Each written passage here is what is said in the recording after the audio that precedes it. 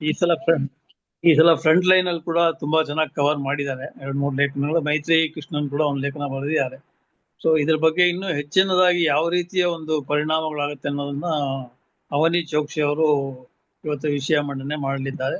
ಚೋಕ್ಸಿ ಅವರ ಬಗ್ಗೆ ಒಂದು ಸಣ್ಣ ಕಿರು ಪರಿಚಯವನ್ನ ಕಾಮ್ರೇಡ್ ಮಣಿ ಅವರು ಮಾಡಿಕೊಡ್ತಾರೆ. ಇಲ್ಲ ನೀವೇ ನಂತರ ಇಲ್ಲ ನೀವೇ ಹೇಳ್ಬಿಡಿ ಇವಾಗ ನೀವೇ ಹೇಳ್ಬಿಡಿ. Much I don't know much about. ನೀವೇ ಹೇಳಿ Mani. Actually I am not prepared. Okay, ನಾನೇನು ರೆಡಿ ಆಗಿಲ್ಲ. Okay no problem. ಇಲ್ಲ ನಾನು ಅವನಿ one minute. Ratira will moderate the session because I have got some guests at home. I may be disturbed in between. ಈ ಅವನಿ ಚೋಕ್ಸಿ ಅವರು ಮಾತಾಡ ಆದ್ಮೇಲೆ RLHP Saraswati ಅವರು ಆರೋಗ್ಯ ಹಕ್ಕಿನ ಜಾಥಾ ಒಂದು 12ನೇ ತಾರೀಕು ಹೊಂದಿದೆ. ಅದ್ರ ಬಗ್ಗೆ ಅವರು ಮತ್ತೆ ಗಾಬಡೆ ಅವರು ಒಂದು ಸಂಕ್ಷಿಪ್ತವಾಗಿ ಒಂದು 5 ನಿಮಿಷದ ಕಾಲ ಅದರ ಒಂದು ಉದ್ದೇಶ ಮತ್ತು ಧ್ಯೇಯಗಳನ್ನ ಕುರಿತು ಮಾತಾಡ್ತಾರೆ. ಆ ನಂತರ ನಮ್ಮ ಸಂವಾದ ಮತ್ತು ಚರ್ಚೆಗಳು ಮುಂದುವರಿಯುತ್ತೆ. ಓವರ್ ಟು ಮಣಿ ನಾವು. Thank you Diwakar. ಇಲ್ಲ, ಅವನಿ ಅವ್ರ ಬಗ್ಗೆ ಹೇಳುವುದಾದ್ರೆ ಸುಮಾರು ಹೇಳ್ಬೋದು. ಆದ್ರೆ ಮುಖ್ಯವಾಗಿ 2 ವಿಚಾರಗಳು ಹೇಳ್ಬೇಕು. ಅವರು ಒಂದು ಟ್ರೇಡ್ ಯೂನಿಯನ್ ನಲ್ಲಿ AICCTU ಅಲ್ಲಿ ಒಂದು ಸ್ಟೇಟ್ ಲೆವೆಲ್ ಆಫೀಸ್ ಬೇರರ್ ಆಗಿ ಕೆಲಸ ಮಾಡ್ತಿದ್ದಾರೆ. ಎರಡನೇದು ಐಲಾಜ್ ಅಂತ all India lawyers association for justice ಅಂತಿದೆ. ಅದರಲ್ಲೂ ಬಹಳ ಆಕ್ಟಿವ್ ಆಗಿ ಅವರು ಕೆಲಸ ಮಾಡ್ತಿದ್ದಾರೆ. ಲೇಬರ್ ಕೋರ್ಟ್ಗಳಲ್ಲಿ ಸುಮಾರು ಕೇಸ್ಗಳು ಅವರು ಪರ್ಸನಲ್ ಆಗಿ ನಡೆಸ್ತಾ ಇದ್ದಾರೆ. ಸೊ ಈ ಸಬ್ಜೆಕ್ಟ್ ಅಲ್ಲಿ ಏನು ಒಂದು ಪರಿಣಾಮ ಇದೆ ಅನ್ನೋದ್ರ ಬಗ್ಗೆ ಅವ್ರದ್ದು ನಾಲೆಡ್ಜು ಬಹಳ ಪ್ರಾಕ್ಟಿಕಲ್ ನಾಲೆಡ್ಜು. ಅದರಿಂದ ಏನು ಕಾರ್ಮಿಕರಿಗೆ ಅನಾಮತ ಆಗುತ್ತೆ ಅಂತ ಅವ್ರಿಗೆ ನೇರವಾಗಿ ಗೊತ್ತಿದೆ. ಅದರಿಂದ we are happy to have her to speak on labour courts in Friday forum. Over to you Avani. Thank you comrades. ಎಲ್ಲರಿಗೆ ಧನ್ಯವಾದಗಳು ಈ ಅವಕಾಶ ಕೊಡೋದಕ್ಕೆ. ನಾನು ಅನ್ಕೊಂಡಿರೋದು ಇವತ್ತು ಈ ಹೊಸ ಲೇಬರ್ ಕಾನೂನಲ್ಲಿ ತುಂಬಾ ಬದಲಾವಣೆಗಳಾಗಿದ್ದಾವೆ. ಬಟ್ ಸದ್ಯಕ್ಕೆ ನಾನು ಅಕಸ್ಮಾತ್ 145 ಮಿನಿಟ್ಸ್ ಒಳಗಡೆ ಮುಗಿಸ್ಬೇಕಾಗಿದ್ರೆ ನಾನು ಅಸಂಘಟಿತ ವಲಯ ಬಗ್ಗೆ ನಾನು ಫೋಕಸ್ ಮಾಡ್ತೀನಿ. ತದನಂತರ ಕೆಲವೊಂದು ನಮ್ಮ ಸಂಘಟಿತ ವಲಯ ಬಗ್ಗೆ ಕೂಡ ಮಾತಾಡ್ತೀನಿ. ನಾವು ಅಸಂಘಟಿತ ವಲಯ ಬಗ್ಗೆ ಮಾತಾಡ್ಬೇಕಾಗಿದ್ರೆ ಇದರಲ್ಲಿ 2 ದೊಡ್ಡ ಕ್ಯಾಟಗರಿ ಇದಾವೆ. ಒಂದು 10ಗಿಂತ ಕಡಿಮೆ ಅಥವಾ ಚಿಕ್ಕ ಸಣ್ಣ ಪುಟ್ಟ ಎಸ್ಟಾಬ್ಲಿಷ್ಮೆಂಟ್ಸ್ ಅಥವಾ ಸೆಲ್ಫ್ ಎಂಪ್ಲಾಯ್ಡ್ ಅಥವಾ ಡೊಮೆಸ್ಟಿಕ್ ವರ್ಕರ್ಸ್, ಆ ತರ ಅನ್ಆರ್ಗನೈಸ್ ಸೆಕ್ಟರ್ ಅಲ್ಲಿ ಕೆಲಸ ಮಾಡ್ತಾ ಇರುವಂತಹ ಕಾರ್ಮಿಕರು. ಅದ್ ಬಿಟ್ಟು ಸಂಘಟಿತ ವಲಯದಲ್ಲಿ ಅಸಂಘಟಿತ ರೀತಿಯಲ್ಲಿ ಕೆಲಸ ಮಾಡಿರುವಂತಹ ಕಾರ್ಮಿಕರು ಸಹ ಇದ್ದಾವೆ. ನಮ್ ಸಂಘಟನೆ AICCTU ಸದ್ಯಕ್ಕೆ ನಾವು ಅತಿ ದೊಡ್ಡ ಮಟ್ಟದಲ್ಲಿ ಈ ತರ 2ನೇ ತರದ್ದು ಕಾರ್ಮಿಕರ ಜೊತೆಗೆ ಕೆಲಸ ಮಾಡ್ತಾ ಇದೀವಿ. ಹೇಳ್ಬೇಕಾಗಿದ್ರೆ contract workers, trainee workers, fix term employees, ಇವೆಲ್ಲ ಬರೀ ಒಂದ್ ಹೆಸರು ಕಾರ್ಮಿಕರನ್ನು ಮೋಸ ಮಾಡೋದಕ್ಕೆ ಮತ್ತೆ ಅವ್ರಿಗೆ ಪರ್ಮನೆನ್ಸಿ ನಿರಾಕರಣೆ ಮಾಡೋದಕ್ಕೆ. ಅದಕ್ಕೆ ಈ ಕಾರ್ಮಿಕರು, ಈ ಅಸಂಘಟಿತ ವಲಯದಲ್ಲಿ ಕಾರ್ಮಿಕರಿಗೆ ಈ ಹೊಸ ಕಾನೂನಿಂದ ಹೆಂಗ್ ಇಂಪ್ಯಾಕ್ಟ್ ಉಂಟಾಗುತ್ತೆ ಅದ್ರ ಬಗ್ಗೆ ಮಾತಾಡ್ತೀನಿ. ನಾವು ಹೊಸ ಕಾನೂನ್ ಬಗ್ಗೆ ಮಾತಾಡಕ್ಕಿಂತ ಮುಂಚೆ ನಾವು ಹಳೆ ಕಾನೂನ್ ಏನಿತ್ತು ಮತ್ತೆ ನಮ್ ಸಂವಿಧಾನದಲ್ಲಿ ಕಾರ್ಮಿಕರ ಅಧಿಕಾರ ಮತ್ತೆ ಕಾರ್ಮಿಕರ ಕಾನೂನ್ ಬಗ್ಗೆ ಹೆಂಗಿದೆ ಅಂತ ಅದ್ರ ಬಗ್ಗೆ ಸ್ವಲ್ಪ ಚರ್ಚೆ ಮಾಡ್ಬೇಕಾಗುತ್ತೆ. ಅತಿ ಮುಖ್ಯವಾಗಿ ನೋಡ್ಬೇಕಾಗಿದ್ರೆ ನಮ್ಮ ಸಂವಿಧಾನ ಒಳಗಡೆ ಒಂದು ಫಂಡಮೆಂಟಲ್ ರೈಟ್ಸ್ ಚಾಪ್ಟರ್ ಇದೆ, ಮತ್ತೆ ಅದೇ ತರ ಒಂದು directive principles of state policy ಅಂತ ಒಂದ್ ಚಾಪ್ಟರ್ ಇದೆ. ನಮ್ಗೆ ಗೊತ್ತಿರೋ ಹಂಗೆ directive principles of state policy ಅನ್ನು ಇಂಪ್ಲಿಮೆಂಟೇಶನ್ ಮಾಡಕ್ಕಾಗಲ್ಲ. ಬಟ್ ಅದ್ರಲ್ಲಿ ನೋಡ್ಬೇಕಾಗಿದ್ರೆ ಅದ್ರಲ್ಲಿ ಪ್ರತಿ ಕಾರ್ಮಿಕರಿಗೆ ಒಂದ್ ಜೀವನ ಮಾಡೋದಕ್ಕೆ ಎಷ್ಟು ಲಿವಿಂಗ್ ವೇಜಸ್ ಸಿಗೋದು ಅರ್ಹರಾಗ್ಬೇಕು. ಅದೇ ತರ ಸರ್ಕಾರ ಸ್ವಂತ ಪಾಲಿಸಿಯನ್ನು ಹೆಂಗ್ ಮಾಡ್ಬೇಕು ಅಂತಂದ್ರೆ ಯಾವ್ದು ಕಾನ್ಸಂಟ್ರೇಷನ್ ಆಫ್ ವೆಲ್ತ್ ಇರಬಾರ್ದು. ಆ ತರ ಸುಮಾರು ಪಾಸಿಟಿವ್ ಅಧಿಕಾರಗಳಿದಾವೆ, ಆದ್ರೆ ಅದು ಇಂಪ್ಲಿಮೆಂಟ್ ಮಾಡಕ್ಕಾಗಲ್ಲ. ಸೊ ಲೇಬರ್ ಲಾಸ್ ಹೆಂಗ್ ಬರುತ್ತದೆ, ಯಾವ ಕಡೆಯಿಂದ ಲೇಬರ್ ಲಾಸ್ ಬರುತ್ತೆ? ಫಂಡಮೆಂಟಲ್ ರೈಟ್ಸ್ ಚಾಪ್ಟರ್ ನೋಡ್ಬೇಕಾಗಿದ್ರೆ ಒಂದು ಫಂಡಮೆಂಟಲ್ ರೈಟ್ ಟು ಇಕ್ವಾಲಿಟಿ ಇದೆ.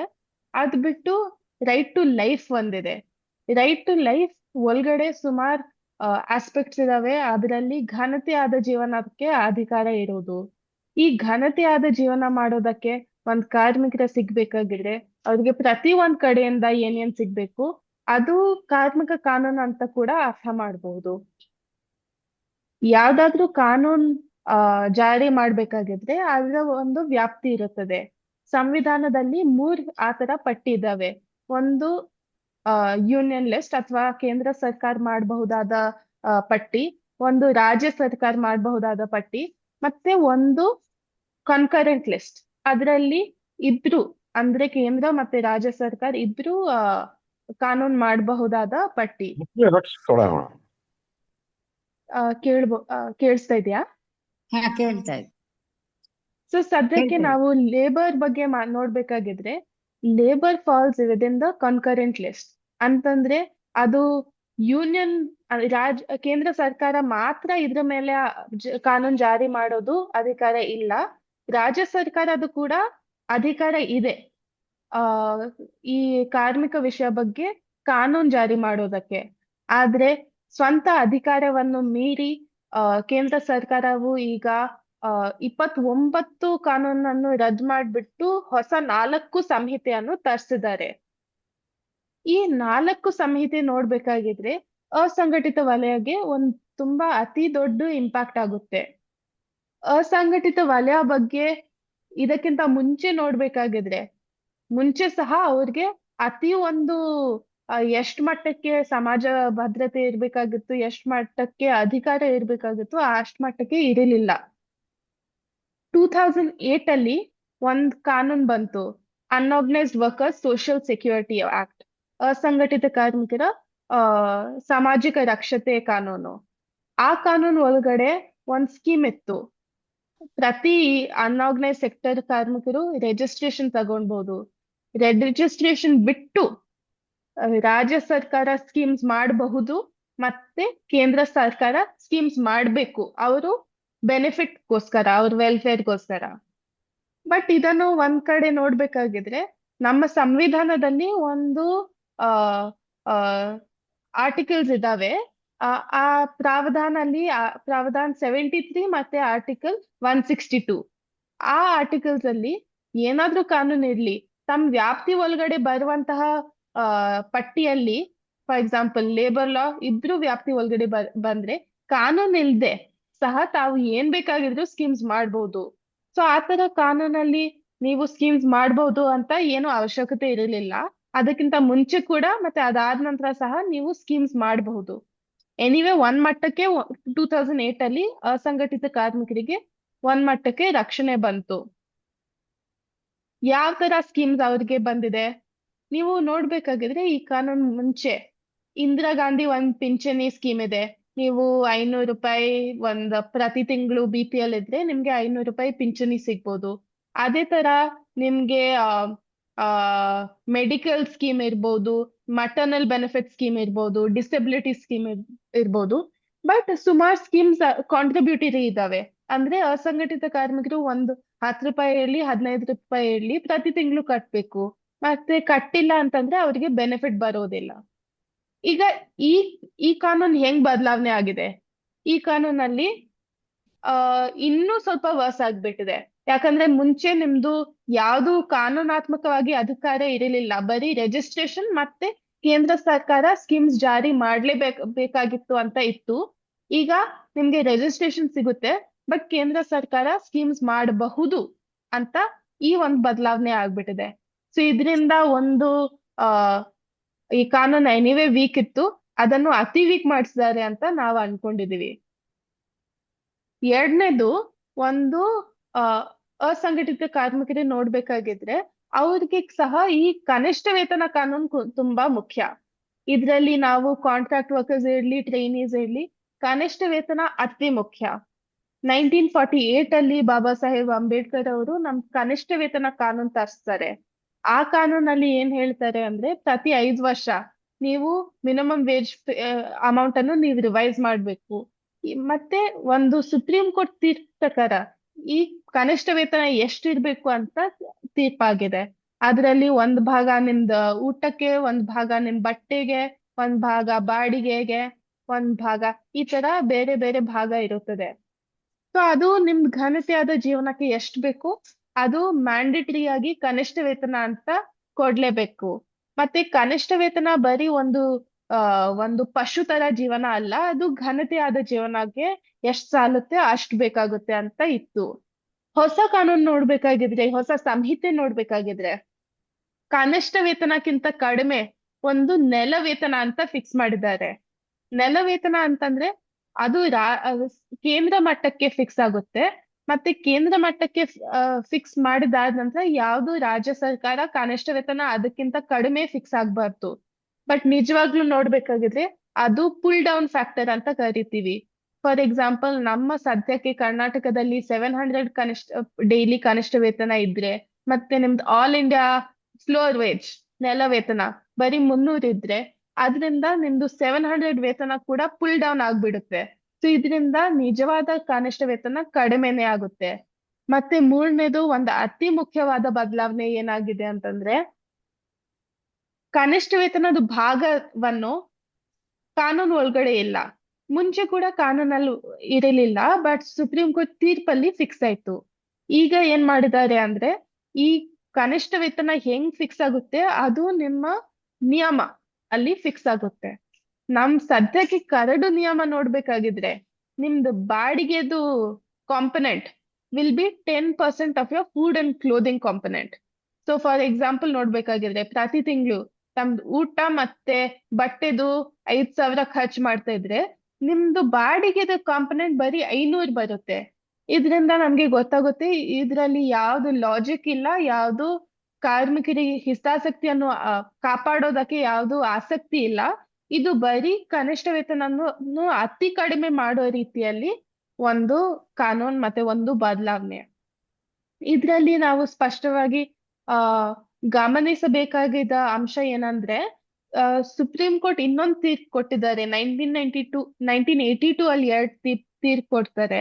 ಅದ್ರಲ್ಲಿ ನೀವು ಕನಿಷ್ಠ ವೇತನ ಕೊಡ್ತಾ ಇಲ್ಲ ಅಂತಂದ್ರೆ ಕಾರ್ಮಿಕರು ನೀವು ಕಡಿಮೆ ಕೂಡ ಕೊಡ್ಬೋದು, ಕಾರ್ಮಿಕರು ಒಪ್ಕೊಳ್ಬೋದು. ಆದ್ರೆ ಅವರು ಸ್ವಇಚ್ಛತೆ ಅಂತ ಒಪ್ಕೊಂತ ಇಲ್ಲ, ಅವರು ಒಂದು ಆರ್ಥಿಕ ದಬ್ಬಾಳಿಕೆಯಿಂದ ಒಪ್ಕೊಳ್ತಾ ಇದ್ದಾರೆ. ಈ ಆರ್ಥಿಕ ದಬ್ಬಾಳಿಕೆ ಅಂತ ಕೊಟ್ಬಿಟ್ಟು ನೀವು ಕನಿಷ್ಠ ವೇತನಕ್ಕಿಂತ ಕಡಿಮೆ ಕೊಡ್ತಾ ಇದ್ರೆ ನೀವು ಗುಲಾಮ್ತನ ಮಾಡ್ತಾ ಇದ್ರಿ ಅಂತ ಸುಪ್ರೀಂ ಕೋರ್ಟ್ ಹೇಳುತ್ತೆ. ಬಟ್ ಈ ಗುಲಾಮ್ತನ ಈಗ ಕಾನೂನು ಒಳಗಡೆನೆ ಬಂದಿದೆ. ಯಾಕಂದ್ರೆ ಕಾನೂನು ಒಳಗಡೆನೆ ಕನಿಷ್ಠ ವೇತನ ಅತಿ ಕಡಿಮೆ ಮಾಡಿಸಿದ್ದಾರೆ. 1976 ಅಲ್ಲಿ ನಾವು ಒಂದು ಈಕ್ವಲ್ ರೆಮ್ಯುನರೇಷನ್ ಆಕ್ಟ್ ಅನ್ನು ನೋಡಿದ್ವಿ. ಈಕ್ವಲ್ ರೆಮ್ಯುನರೇಷನ್ ಆಕ್ಟ್ ಅಂತಂದ್ರೆ ಸಮಾನ ಕೆಲಸಕ್ಕೆ ಸಮಾನ ವೇತನ. ಅದು ಮಹಿಳೆ ಮತ್ತೆ ಗಂಡಸರಿಗೆ. ಮಹಿಳೆ ಮತ್ತೆ ಗಂಡಸರು ಇಬ್ರು ಸೇಮ್ ಕೆಲಸ ಮಾಡುವಾಗ ಅವರು ಬೇರೆ ಬೇರೆ ವೇತನ ಕೊಡೋದು ಕಾನೂನು ಬಾಹಿರ ಅಂತ 1976 ಅಲ್ಲೇ ಕಾನೂನು ಬಂದಿದೆ.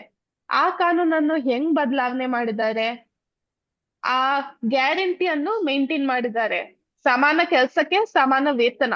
ಬಟ್ ಈಗ ಏನ್ ಮಾಡಿದ್ದಾರೆ, ವೇತನ ವ್ಯಾಖ್ಯಾನ ಒಳಗಡೆ ಅವರು ಕಮಿಷನ್ ಇರ್ಲಿ, ಸ್ಪೆಷಲ್ ಅಲೌನ್ಸ್ ಇರ್ಲಿ, ಬೋನಸ್ ಇರ್ಲಿ, ಇವೆಲ್ಲ ಭಾಗ ತೆಗ್ಸಿದ್ದಾರೆ. ಅಂದ್ರೆ ನಿಮ್ದು ವೇತನ ನೋಡ್ಬೇಕಾಗಿದ್ರೆ ನಿಮ್ ಕಮಿಷನ್ ಕೂಡ ಕೌಂಟ್ ಆಗಲ್ಲ, ನಿಮ್ ಸ್ಪೆಷಲ್ ಅಲೌನ್ಸ್ ಕೂಡ ಕೌಂಟ್ ಆಗಲ್ಲ. ಅಂತಂದ್ರೆ ಹಳೇದು ನೋಡ್ಬೇಕಾಗಿದ್ರೆ 1976 ಕಾನೂನಲ್ಲಿ ವೇತನ ಅಲ್ಲಿ ಪ್ರತಿ ಒಂದು ಕಾಂಪೊನೆಂಟ್ ಇನ್ಕ್ಲೂಡ್ ಆಗಿತ್ತು. ಸೊ ನೀವು ಯಾವುದೇ ಕಾಂಪೊನೆಂಟ್ ಇರ್ಲಿ ತಾರತಮ್ಯ ಮಾಡಂಗಿಲ್ಲ ಅಂತ ಕಾನೂನು ಒಳಗಡೆ ಇತ್ತು. ಅದನ್ನು ಸ್ಪಷ್ಟವಾಗಿ ಬದಲಾಯಿಸ್ಬಿಟ್ಟು ತಾರತಮ್ಯ ಮಾಡೋದಕ್ಕೆ ಕಾನೂನು ಒಳಗಡೆನೆ ಅಧಿಕಾರ ಈಗ ಕೊಟ್ಟಿದ್ದಾರೆ. ಒಂದು ಕಾನೂನು ನಾವು ಈ ಹೊಸ ಸಂಹಿತೆ ಬಗ್ಗೆ ಸುಮಾರು ನೆಗೆಟಿವ್ ಪಾಯಿಂಟ್ಸ್ ನಾವು ನೋಡ್ತಾ ಇದೀವಿ. ಬಟ್ ನೋಡ್ಬೇಕಾಗಿದ್ರೆ ಪರ್ಹ್ಯಾಪ್ಸ್ ಒಂದು ಮಿಸ್ಟೇಕ್ ಆಗಿ ಇರ್ಲಿ ಅಥವಾ ಏನಾದ್ರೂ ಇರ್ಲಿ, ಕೆಲವೊಂದು ಪ್ಲಸ್ ಪಾಯಿಂಟ್ಸ್ ಕೂಡ ಇದ್ದಾವೆ. ಒಂದು ಪ್ಲಸ್ ಪಾಯಿಂಟ್ ನಾನು ಹೇಳ್ಬಿಡ್ತೀನಿ.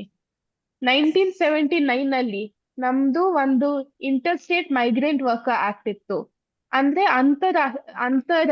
ರಾಜ್ಯದಲ್ಲಿ ಅಂತಾರಾಷ್ಟ್ರೀಯ ವಲಸೆ ಕಾರ್ಮಿಕರ ಅವ್ರಿಗೋಸ್ಕರ ಒಂದ್ ರಕ್ಷಣೆಗೋಸ್ಕರ ಒಂದ್ ಕಾನೂನು ಬಂತು. ಅದ್ರಲ್ಲಿ ಈ ವಲಸೆ ಕಾರ್ಮಿಕರಿಗೆ ಸುಮಾರು ಒಂದ್ ಬೆನಿಫಿಟ್ ಇತ್ತು. ಅವ್ರಿಗೆ ಆ ರಾಜ್ಯದಿಂದ ಬೇರೆ ರಾಜ್ಯ ಬರೋಕ್ಕೆ ಒಂದು ಟ್ರಾವೆಲ್ ಅಲೌನ್ಸ್ ಬರ್ಬೇಕಾಗಿತ್ತು, ಡಿಸ್ಪ್ಲೇಸ್ಮೆಂಟ್ ಅಲೌನ್ಸ್ ಇರ್ಬೇಕಾಗಿತ್ತು, ಒಂದು ಪಾಸ್ಬುಕ್ ಇರ್ಬೇಕಾಗಿತ್ತು, ರೆಸಿಡೆನ್ಷಿಯಲ್ ಅಕಾಮಿಡೇಷನ್ ಕೊಡ್ಬೇಕಾಗಿತ್ತು, ಪ್ರೊಟೆಕ್ಟಿವ್ ಕ್ಲೋದಿಂಗ್ ಕೊಡ್ಬೇಕಾಗಿತ್ತು. ಈ ತರ ಸುಮಾರು ಕಾನೂನು ಒಳಗಡೆ ಕಾನೂನಾತ್ಮಕವಾಗಿ ಅವ್ರಿಗೆ ಸುಮಾರು ರಕ್ಷಣೆಗಳಿತ್ತು. ಬಟ್ 1979 ಕಾನೂನ್ ಜಾರಿ ಆದ್ರೂ ಸಹ ಅದು ಬರೀ ಪೇಪರ್ ಅಲ್ಲಿ ಪೆಂಡಿಂಗ್ ಇತ್ತು. ಅದು ಯಾಕಂದ್ರೆ ಇಂಟರ್ ಸ್ಟೇಟ್ ಮೈಗ್ರೆಂಟ್ ವರ್ಕರ್ದು ವ್ಯಾಖ್ಯಾನ ಒಳಗಡೆ ಏನಿತ್ತು ಅಂತಂದ್ರೆ, ನೀವು ಬೇರೆ ರಾಜ್ಯದಿಂದ ತರ್ಸ್ಬಿಟ್ಟು ಇಲ್ಲಿ ಕೆಲಸ ಮಾಡೋದಕ್ಕೆ ತರ್ಸಿದ್ರಿ. ಸೊ ನಾವು ಬೆಂಗಳೂರಲ್ಲಿ ಕೋವಿಡ್ ಸಮಯದಲ್ಲಿ ನಾವು ಸುಮಾರು ಮೆಟ್ರೋ ಕಟ್ಟಡ ಕಾರ್ಮಿಕರ ಒಟ್ಟಿಗೆ ನಾವು ಕೆಲಸ ಮಾಡಿದ್ವಿ. ಆವಾಗ ನಾವ್ ಹೇಳಿದ್ವಿ, ಇವರು ಈ ವಲಸೆ ಕಾರ್ಮಿಕರ ಕಾನೂನನ್ನು ತಾವು ಉಲ್ಲಂಘನೆ ಮಾಡ್ತಾ ಇದ್ದೀರಿ. ಇಲ್ಲ, ನಾವ್ ಯಾವತ್ತೂ ಉಲ್ಲಂಘನೆ ಮಾಡಿಲ್ಲ, ಯಾಕಂದ್ರೆ ಇವರು ವಲಸೆ ಕಾರ್ಮಿಕರಲ್ಲ, ನಾವು ಕರ್ಸಿಲ್ಲ ಅಲ್ಲಿಂದ, ಅವ್ರು ಸ್ವ ಇಚ್ಛತೆಯಿಂದ ಬಂದಿದ್ದಾರೆ, ಅದಕ್ಕೆ ಈ ಕಾನೂನು ಯಾವ್ದು ಬೆನಿಫಿಟ್ಸ್ ಅವ್ರಿಗೆ ಬರುವುದಿಲ್ಲ ಅಂತ ಹೇಳೋಕೆ ಅವಕಾಶ ಇತ್ತು ಆವಾಗ. ಈಗ ವಲಸೆ ಕಾರ್ಮಿಕರಿಗೆ ಸ್ವಲ್ಪ ಇನ್ನೂ ಹೆಚ್ಚು ರೈಟ್ಸ್ ಇದಾವೆ, ಯಾಕಂದ್ರೆ ಆ ವ್ಯಾಖ್ಯಾನ ಒಳಗಡೆ ಬದಲಾವಣೆ ಆಗಿದೆ. ಸೊ ಈಗ ಅಲ್ಲಿಂದ ಕರ್ಸೋದು ಯಾವ್ದು ಅವಶ್ಯಕತೆ ಇಲ್ಲ. ಆ ತರ ಒಂದ್ ಪ್ಲಸ್ ಪಾಯಿಂಟ್ ಇದ್ರು ಆ ಕಾನೂನಲ್ಲಿ ಸುಮಾರು ಏನೇನ್ ಪ್ಲಸ್ ಪಾಯಿಂಟ್ಸ್ ಇತ್ತು ಅವೆಲ್ಲ ಮೈನಸ್ ಮಾಡಿದ್ದಾರೆ. ಫಾರ್ ಎಕ್ಸಾಂಪಲ್, ನಿಮ್ದು ರೆಸಿಡೆನ್ಷಿಯಲ್ ಅಕಾಮಿಡೇಷನ್ ಅಂದ್ರೆ ನಿಮ್ಗೆ ಒಂದು ಇರಕ್ಕೆ ಜಾಗ ಕೊಡೋದಕ್ಕೆ, ಚೆನ್ನಾಗ್ ಬಟ್ಟೆ ಕೊಡೋದಕ್ಕೆ, ನಿಮ್ದು ಜರ್ನಿ, ನಿಮ್ದು ಟ್ರಾವೆಲ್ ಟೈಮ್ದು ವೇತನ, ಮತ್ತೆ ನಿಮ್ ಡಿಸ್ಪ್ಲೇಸ್ಮೆಂಟ್ ಅಲೌನ್ಸ್, ಇವೆಲ್ಲ ಪ್ಲಸ್ ಪಾಯಿಂಟ್ ಅನ್ನು ಹಂಗೆ ಮೈನಸ್ ಮಾಡಿದ್ದಾರೆ, ತೆಗ್ಸಿದ್ದಾರೆ. ಸೊ ಆ ಕಾನೂನ್ ಅಲ್ಲಿ ಏನ್ ವ್ಯಾಖ್ಯಾನ ಒಳಗಡೆ ಸ್ವಲ್ಪ ಪ್ಲಸ್ ಆಗಿದೆ, ಯಾಕಂದ್ರೆ ಈಗ ವ್ಯಾಖ್ಯಾನ ಒಳಗಡೆ ಫಿಟ್ ಮಾಡ್ಬೋದು. ಬಟ್ ಅವ್ರಿಗೆ ವ್ಯಾಖ್ಯಾನ ಒಳಗಡೆ ಫಿಟ್ ಆದ ನಂತರ ಏನ್ ಬೆನಿಫಿಟ್ ಸಿಕ್ಕುತ್ತೆ ಅದು ಅತಿ ಕಡಿಮೆ ಆಗ್ಬಿಟ್ಟಿದೆ. ನಾವ್ ಕಟ್ಟಡ ಕಾರ್ಮಿಕರ ಬಗ್ಗೆ ನೋಡ್ಬೇಕಾಗಿದ್ರೆ, ಕಟ್ಟಡ ಕಾರ್ಮಿಕರಿಗೆ ಒಂದ್ ಮಂಡಳಿ ಇದೆ, ತಮ್ಗೆ ಗೊತ್ತಿರೋ ಹಂಗೆ. ಸೊ ಈ ಕಟ್ಟಡ ಕಾರ್ಮಿಕರ ಕಂಪನೀಸ್ ಅವ್ರಿಗೆ ಒಂದ್ ಸೆಸ್ ಕಟ್ಬೇಕಾಗುತ್ತೆ. ಆ ಸೆಸ್ ಅನ್ನು 2%, ಮುಂಚೆ ಕಾನೂನಲ್ಲೇ 2% ನೀವು ಇಂಟ್ರೆಸ್ಟ್ ಕಟ್ಬೇಕು ನೀವ್ ಏನಾದ್ರೂ ಸೆಸ್ ಅಲ್ಲಿ ಡಿಲೇ ಮಾಡಿದ್ರೆ. ಈಗ ಏನ್ ಮಾಡಿದ್ದಾರೆ ಅಂದ್ರೆ, ಆ cess amount self assessment amount. So ನೀವೇ ಸ್ವಂತವಾಗಿ ನಿಮ್ ಪ್ರಾಫಿಟ್ಸ್ ಎಷ್ಟಿದೆ ಅದನ್ನು ಸ್ವಂತಾಗಿ ನೀವು ಅಸೆಸ್ ಮಾಡ್ಬಿಟ್ಟು ಸ್ವಂತಾಗಿ ನೀವು ನಿಮ್ ಸೆಸ್ ಅಮೌಂಟ್ ಕಟ್ಬೇಕು. ನೀವು ಆ ಸೆಸ್ ಅಮೌಂಟ್ ಕಟ್ಬಿಟ್ಟಾದ ನಂತರ ಯಾವ್ದು ಚೆಕ್ಕಿಂಗ್ ಆಗಲ್ಲ. ಸೊ ಯಾರು ಮೂರನೇ ಪಕ್ಷದವರು, ಸರ್ಕಾರಿ ಅವರು ಅಥವಾ ಮಂಡಳಿ ಅವರು ಚೆಕ್ ಮಾಡಲ್ಲ ನಿಮ್ ಲಾಭ ನೀವು ಕರೆಕ್ಟ್ ಆಗಿ ರಿಪೋರ್ಟ್ ಮಾಡಿದ್ರಿ. ಬರೀ ನಿಮ್ ಲಾಭ ಮತ್ತೆ ನಿಮ್ ರಿಟರ್ನ್ ಮಧ್ಯದಲ್ಲಿ ಯಾವ್ದಾದ್ರು ವ್ಯತ್ಯಾಸ ಇದ್ರೆ ಮಾತ್ರ ಚೆಕ್ ಆಗುತ್ತೆ. ಸೊ ಇದರಿಂದ ಕಾರ್ಮಿಕರಿಗೆ ತುಂಬಾ ನಷ್ಟ ಆಗೋದು ಅವಕಾಶ ಇದೆ. ಅದೇ ತರ ನಾವು ಈ ಇಂಟ್ರೆಸ್ಟ್, ಡಿಲೇ ಅಮೌಂಟ್ ಮೇಲೆ ಇಂಟ್ರೆಸ್ಟ್ ನೋಡ್ಬೇಕಾಗಿದ್ರೆ, ಮುಂಚೆ ಕಾನೂನಲ್ಲಿ 2% ಇಂಟ್ರೆಸ್ಟ್ ಕೊಡ್ಬೇಕು ಅಂತ ಇತ್ತು. ಈಗ ನಿಯಮಲ್ಲಿ ಎಷ್ಟು ಹೇಳುತ್ತೆ ಅಷ್ಟು ಇಂಟ್ರೆಸ್ಟ್ ಆಗ್ಬೇಕು ಅಂತ ಚೇಂಜ್ ಆಗಿದೆ. ಇದರಿಂದ ಸಹ ಸಮಸ್ಯೆ ಆಗಬಹುದು. ನಾವು ಅದ್ ಬಿಟ್ಟು ಇದು ಎಲ್ಲ ಅನ್ಆರ್ಗನೈಸ್ಡ್ ಅಸಂಘಟಿತ ವಲಯದಲ್ಲಿ ಕೆಲಸ ಮಾಡುವಂತಹ ಕಾರ್ಮಿಕರ ಬಗ್ಗೆ. ಬಟ್ ಈಗ ನಾವು ಸರಿ, ಅದ್ರಲ್ಲಿ ಒಂದ್ ಪಾಯಿಂಟ್, ಗಿಗ್ ವರ್ಕರ್ಸ್. ನಾವು ಸ್ವಿಗ್ಗಿ, ಝೊಮ್ಯಾಟೊ, ನಮ್ಮ ಯಾತ್ರಿ, ಓಲಾ, ಊಬರ್ ಈ ತರ ಸುಮಾರು ಹೊಸ ಕಾರ್ಮಿಕರು ನೋಡ್ತಾ ಇದ್ವಿ. ಅವರು ಫೋನ್ ಮುಖಾಂತರ ಅವರು ಒಂದು ಕೆಲಸ ತಗೊಂತಾರೆ, ಮತ್ತೆ ಆ ಕೆಲ್ಸದಲ್ಲಿ ಅವರು ಕೆಲಸ ಮಾಡ್ತಾ ಮಾಡ್ತಾ ಅವ್ರಿಗೆ ಯಾವ್ದು ಸುರಕ್ಷತೆ ಕೊಡ್ತಾ ಇಲ್ಲ. ಸೊ ಅವರು 12 ಗಂಟೆಕ್ಕಿಂತ ಹೆಚ್ಚು ಕೂಡ ಕೆಲಸ ಮಾಡ್ಬೋದು. ಅವ್ರಿಗೆ ಕನಿಷ್ಠ ವೇತನ ಸಿಗ್ಬೋದು, ಸಿಗದೆ ಇರ್ಬೋದು. ಅವ್ರಿಗೆ ಗಾಡಿಗೆ ಏನಾದ್ರು ಆಕ್ಸಿಡೆಂಟ್ ಆಗಿದ್ರೆ ಅವ್ರಿಗೆ ಇನ್ಶೂರೆನ್ಸ್ ಇಲ್ಲ. ಈ ತರ ಹೊಸ ತರಹದ್ದು ಕಾರ್ಮಿಕ ಮಾಲೀಕ ಸಂಬಂಧ ಬಂದಿದೆ. ನಾವ್ ನೋಡ್ಬೇಕಾಗಿದ್ರೆ ಇವರು ಕಾರ್ಮಿಕರು ಇದ್ದಾರ ಇಲ್ವೋ ಅಂತ ನಾವು ಒಂದ್ ಪ್ರಶ್ನೆ ಇರೋದು ನಮ್ ಮುಂಚೆ. ಸ್ವಿಗ್ಗಿ, ಝೊಮ್ಯಾಟೊ ಈ ತರ ಕಂಪನೀಸ್ ಎಲ್ಲ ಹೇಳ್ತಾರೆ ಅವರು ನಮ್ ಕಾರ್ಮಿಕರಲ್ಲ, ಅವರು ಪಾರ್ಟ್ನರ್ ಇರ್ಬೋದು, ಅವರು ಕ್ಯಾಪ್ಟನ್ ಇರ್ಬೋದು, ಬಟ್ ಅವರು ಕಾರ್ಮಿಕರಲ್ಲ. ಯಾಕಂದ್ರೆ ಅವರು ಸ್ವಇಚ್ಛತೆಯಲ್ಲಿ ಅರ್ಧ ಗಂಟೆ ಇರ್ಲಿ, 20 ನಿಮಿಷ ಇರ್ಲಿ, ಸ್ವಇಚ್ಛತೆಯಲ್ಲಿ ಕೆಲಸ ಮಾಡ್ತಾ ಇದಾರೆ. ಮತ್ತೆ ಎಷ್ಟ್ ಕೆಲಸ ಮಾಡ್ಬೇಕು ಅಂತ ಸ್ವಂತ ತೀರ್ಮಾನ ಮೇಲೆ ಮಾಡ್ತಾ ಇದ್ದಾರೆ. ಸೊ ಅದಕ್ಕೆ ಅವರು ಕಾರ್ಮಿಕರ ಅಲ್ಲ ಅಂತ ಹೇಳ್ಬೇಕಾಗಿದೆ. ಅಂತ ಹೇಳ್ತಾ ಇದ್ದಾರೆ. ಬಟ್ ನಿಜವಾಗ್ಲೂ ನೋಡ್ಬೇಕಾಗಿದ್ರೆ ಕೆಲವು ಖಂಡಿತ ಹಂಗ್ ಮಾಡ್ತಾರೆ. ಬಟ್ ಸುಮಾರು ಕಾರ್ಮಿಕರು ಇದನ್ನೇ ಮೇನ್ ಕೆಲ್ಸ ಅಂತ ಇದನ್ನೇ 12 hours ತನಕ ಮಾಡ್ತಾರೆ. ಆದ್ರೂ ಸಹ ಅವ್ರಿಗೆ ಕನಿಷ್ಠ ವೇತನ ಇರ್ಲಿ ಮತ್ತೆ ಏನಾದ್ರೂ ಇರ್ಲಿ ಅವ್ರಿಗೆ ಸಿಗ್ತಾ ಇಲ್ಲ. ನಾವು ಅಮೆರಿಕ ನೋಡ್ಬೇಕಾಗಿದ್ರೆ, ಬ್ರಿಟಿಷ್ ಬ್ರಿಟನ್ ನೋಡ್ಬೇಕಾಗಿದ್ರೆ, ಬೇರೆ ಬೇರೆ ದೇಶ ನೋಡ್ಬೇಕಾಗಿದ್ರೆ ಹೊಸ ಕಾನೂನು ಬಂದಿದೆ. ನೀವು ಈ ತರ ಇದೇ ಕೆಲ್ಸ ಜಾಸ್ತಿ ಮಾಡ್ತಾ ಇದ್ರೆ ಮತ್ತೆ ನಿಮ್ ಕೆಲ್ಸ ಮಾಲೀಕ ನಿಮ್ ಕೆಲ್ಸ ಕಂಟ್ರೋಲ್ ಮಾಡ್ತಾ ಇದ್ರೆ ನೀವು ಖಂಡಿತ ಒಂದ್ ಕಾರ್ಮಿಕರಿದ್ದೀರಿ. ಮತ್ತೆ ನಿಮ್ಗೆ ಕನಿಷ್ಠ ವೇತನ ಇರ್ಲಿ, ಕಾರ್ಮಿಕ ಕಾನೂನಲ್ಲಿ ಏನೇನ್ ಪ್ರೊಟೆಕ್ಷನ್ಸ್ ಇದಾವೆ ಎಲ್ಲ ಸಿಗಕ್ಕೆ ಅಧಿಕಾರ ಇರ್ಬೇಕು ಅಂತ ಆತರ ಹೊಸ ತೀರ್ಪು ಬರ್ತಾ ಇದಾವೆ. ಅದೇ ತರ ಇಂಡಿಯಾದಲ್ಲಿ ಕೂಡ ಅದನ್ನು ಕೇಳೋದಕ್ಕೆ ಅಧಿಕಾರ ಇತ್ತು. ಬಟ್ ಈ ಹೊಸ ಸಂಹಿತೆಯಲ್ಲಿ ಗಿಗ್ ವರ್ಕರ್ಸ್ದು ಹೊಸ ಒಂದ್ ವ್ಯಾಖ್ಯಾನ ಕೊಟ್ಟಿದ್ದಾರೆ. ವ್ಯಾಖ್ಯಾನ ಒಳಗಡೆನೆ ಅವ್ರು ಹೇಳಿದ್ದಾರೆ, ನೀವು ಟ್ರೆಡಿಷನಲ್ ಎಂಪ್ಲಾಯರ್ ರಿಲೇಶನ್ಶಿಪ್ ಗಿಂತ ಹೊರಗಡೆ ಇದ್ದೀರಿ. ಅಂದ್ರೆ ನೀವು ಕಾರ್ಮಿಕ ಮಾಲೀಕ ಸಂಬಂಧಕ್ಕಿಂತ ಹೊರಗಡೆ ಇರುವಂತ ಹೊಸ ಒಂದು ಸೆಕ್ಟರ್ ಅಂತ ಅದು ವ್ಯಾಖ್ಯಾನ ಒಳಗಡೆನೆ ಬಂದಿದೆ. ಸೊ ಈಗ ಸ್ವಿಗ್ಗಿ ಇರ್ಲಿ, ಝೊಮ್ಯಾಟೊ ಇರ್ಲಿ, ಅವ್ರಿಗೆ ಸ್ವಂತ ಲಾಭದಿಂದ ಈ ಕಾರ್ಮಿಕರನ್ನು ನೋಡಕ್ಕೆ ಆ ಜವಾಬ್ದಾರಿ ತುಂಬಾ ಕಡಿಮೆ ಆಗಿದೆ. ಅವ್ರು ಬರೀ ಒಂದು ಲಾಭದಿಂದ ಒಂದ್ ಚಿಕ್ಕ ಅಮೌಂಟ್ ಸೆಸ್ ಆಗಿ ಮಂಡಳಿಗೆ ಡೆಪಾಸಿಟ್ ಮಾಡ್ಬೇಕು. ಸೊ ಈ ಕಾರ್ಮಿಕರು ಯಾರು ಸಂಘಟಿತ ವಲಯ ಒಳಗಡೆ ನಾವು ಫಿಟ್ ಮಾಡಬಹುದಾಗಿತ್ತು, ಅವ್ರ ಪೂರ್ತಿ ಕಾನೂನು ಈ ಹೊಸ ಸಂಹಿತೆ ಮುಖಾಂತರ ಸಂಘಟಿತ ವಲಯದಿಂದ ಡೈರೆಕ್ಟ್ ಅಸಂಘಟಿತ ವಲಯಕ್ಕೆ ಸೇರ್ಸ್ಬಿಟ್ಟಿದ್ದಾರೆ. ಸೊ ಇದು ನಾವು ಅತಿ ದೊಡ್ಡ ಮಟ್ಟಕ್ಕೆ ನಾವು ವಿರೋಧಿಸ್ಬೇಕಾಗಿದೆ. ಇನ್ನೊಂದು ರೀತಿ ಅಸಂಘಟನೆಯನ್ನು ಹೆಂಗ್ ಜಾಸ್ತಿ ಮಾಡ್ತಾ ಇದೆ ಈ ಸಂಹಿತೆಯಿಂದ, ಕಾನೂನ್ ಅಪ್ಲಿಕೇಶನ್ಗೆ ಒಂದ್ ಥ್ರೆಶೋಲ್ಡ್ ಲಿಮಿಟ್ ಇರುತ್ತೆ. ಫಾರ್ ಎಕ್ಸಾಂಪಲ್, ನೀವು ಫ್ಯಾಕ್ಟರೀಸ್ ಆಕ್ಟ್ ನೋಡ್ಬೇಕಾಗಿದ್ರೆ ಫ್ಯಾಕ್ಟರೀಸ್ ಆಕ್ಟ್ ಅಲ್ಲಿ ಸುಮಾರು ಪ್ರೊಟೆಕ್ಷನ್ಸ್ ಇದಾವೆ. ಬಟ್ ನೀವು 10ಕ್ಕಿಂತ ಹೆಚ್ಚು ಕಾರ್ಮಿಕರು ಇರ್ಬೇಕು ನಿಮ್ಮ ಸಂಸ್ಥೆ, ನೀವು ಪವರ್ ಉಪಯೋಗಿಸ್ಬೇಕಾಗಿದ್ರೆ, ಮತ್ತೆ 20ಕ್ಕಿಂತ ಹೆಚ್ಚು ಇರ್ಬೇಕು ನೀವು ಪವರ್ ಉಪಯೋಗಿಸ್ತಾ ಇಲ್ಲ ಅಂತಂದ್ರೆ.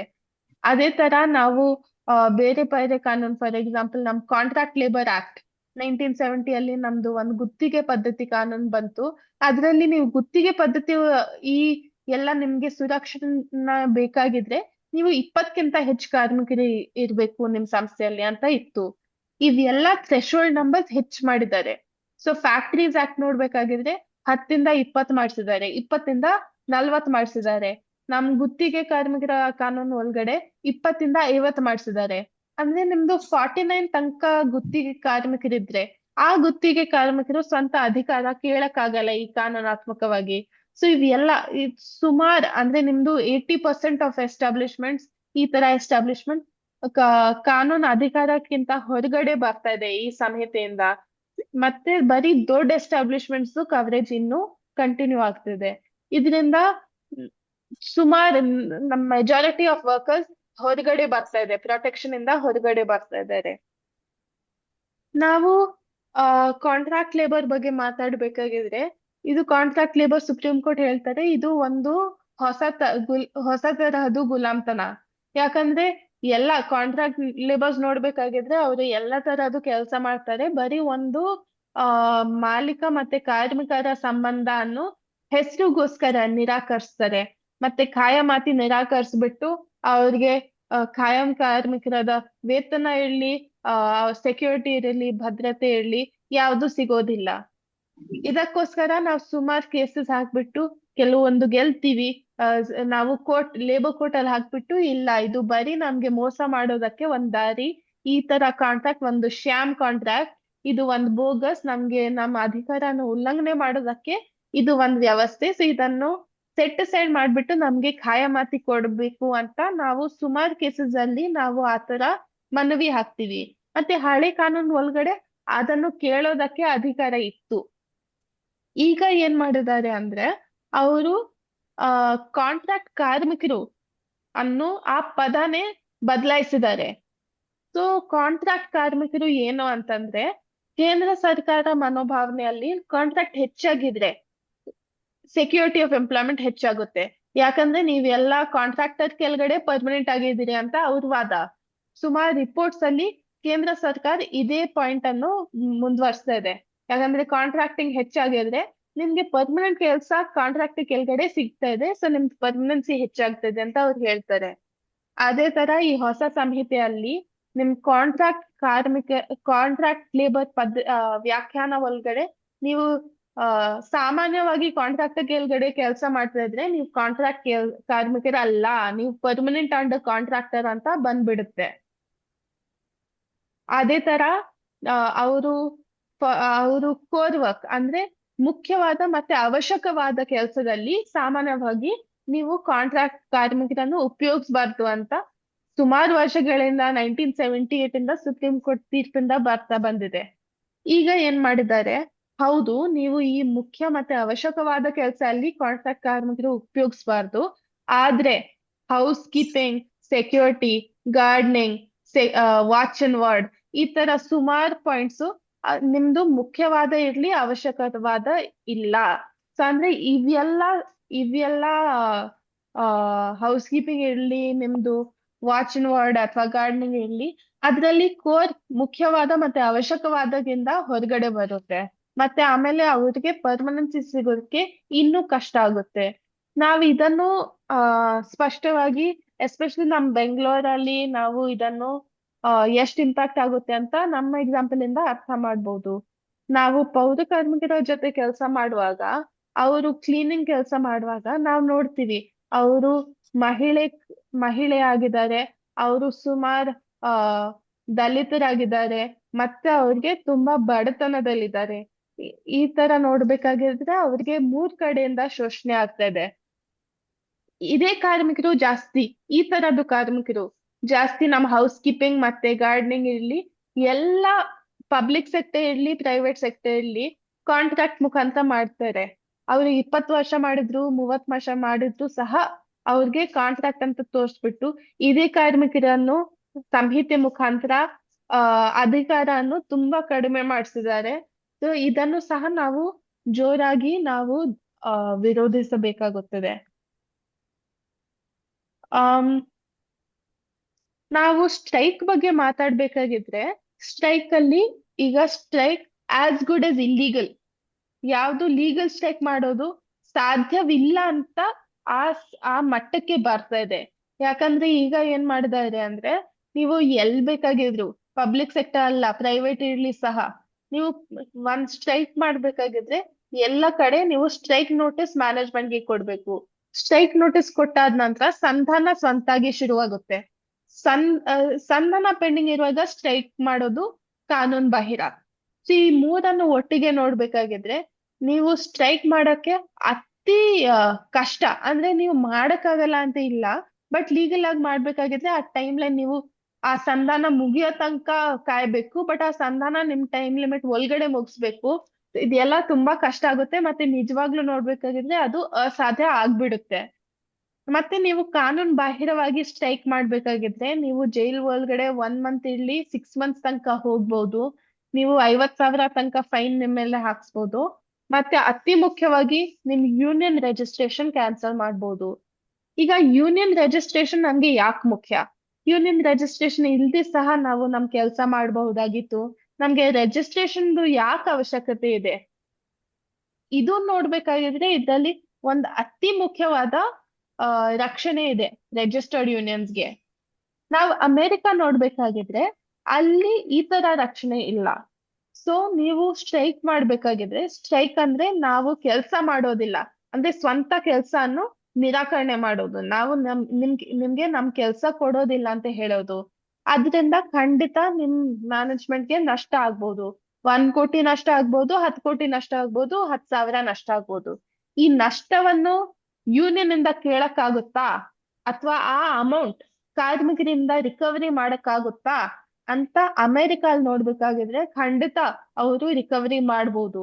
ಅಂತಂದ್ರೆ ಯೂನಿಯನ್ ಮೇಲೆ ಕೇಸ್ ಹಾಕ್ಬಿಟ್ಟು ನಿಮ್ ಸ್ಟ್ರೈಕ್ ಇಂದ ನಮ್ಗೆ 1 ಕೋಟಿ ಲಾಸ್ ಆಗಿದೆ, ಆ ಅಮೌಂಟ್ ವಾಪಸ್ ನನ್ಗೆ ಕೊಡ್ಬೇಕು ಅಂತ ಹಾಕೋದು ಅಧಿಕಾರ ಇದೆ ಅಲ್ಲಿ. ಬಟ್ ನಮ್ ಕಾನೂನಲ್ಲಿ 1926 ಟ್ರೇಡ್ ಯೂನಿಯನ್ ಕಾನೂನಲ್ಲಿ ಸೆಕ್ಷನ್ 18 ಪ್ರಕಾರ ಆ ತರ ಯಾವ್ದು ನೀವು ಕೇಸ್ ಹಾಕಂಗಿಲ್ಲ. ಸೊ ಆ ಪ್ರಾವಧಾನ ಕೆಳಗಡೆ civil immunity for registered unions. ಈಗ ಹೊಸ ಸಂಹಿತೆಯಲ್ಲಿ ಸಿವಿಲ್ ಇಮ್ಯುನಿಟಿ ಕಂಟಿನ್ಯೂ ಆಗುತ್ತೆ, ಬಟ್ ನಿಮ್ ರಿಜಿಸ್ಟ್ರೇಷನ್ ಅನ್ನು ಯಾವಾಗ ಬೇಕಾಗಿದ್ರು ಯಾವ್ದಾದ್ರು ಉಲ್ಲಂಘನೆ ಇದ್ರು ಅವರು ಕ್ಯಾನ್ಸಲ್ ಮಾಡ್ಬೋದು. ಸೊ ನಿಮ್ದು ರಿಜಿಸ್ಟ್ರೇಷನ್ ಕ್ಯಾನ್ಸಲ್ ಆದ ನಂತರ ನಿಮ್ಗೆ ಏನಾದ್ರೂ ಈ ತರ ರಕ್ಷಣೆ ಸಿಗೋದು ಅತಿ ಕಷ್ಟ ಆಗುತ್ತೆ. ನೀವು ಸ್ಟ್ರೈಕ್ ಮಾಡ್ಬೇಕಾಗಿದ್ರೆ ಕಾನೂನ್ ಆತ್ಮಕವಾಗಿ ಮಾಡಕ್ಕಾಗಲ್ಲ. ಸೊ ಕಾನೂನ್ ಬಾಹಿರವಾಗಿ ಮಾಡಿದ್ರೆ ನಿಮ್ ರಿಜಿಸ್ಟ್ರೇಷನ್ ಕ್ಯಾನ್ಸಲ್ ಮಾಡ್ಬಿಟ್ಟು ನಿಮ್ಮಿಂದ ಹಣದ್ದು ಡಬ್ಬಾಳಿಕೆ ಮಾಡ್ಬೋದು. ಇದು ಒಂದು ಗಂಭೀರವಾದ ಭಯ.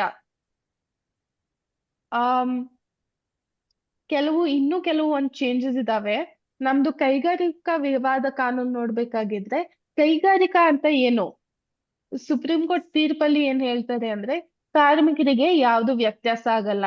ನೀವು ಚಾರಿಟಿ ಇರ್ಲಿ, ನೀವು ಟೆಂಪಲ್ ಇರ್ಲಿ, ನೀವ್ ಏನ್ ಬೇಕಾಗಿದ್ರು ಇರ್ಲಿ, ಕಾರ್ಮಿಕರಿಗೆ ಏನು ವ್ಯತ್ಯಾಸ ಆಗಲ್ಲ.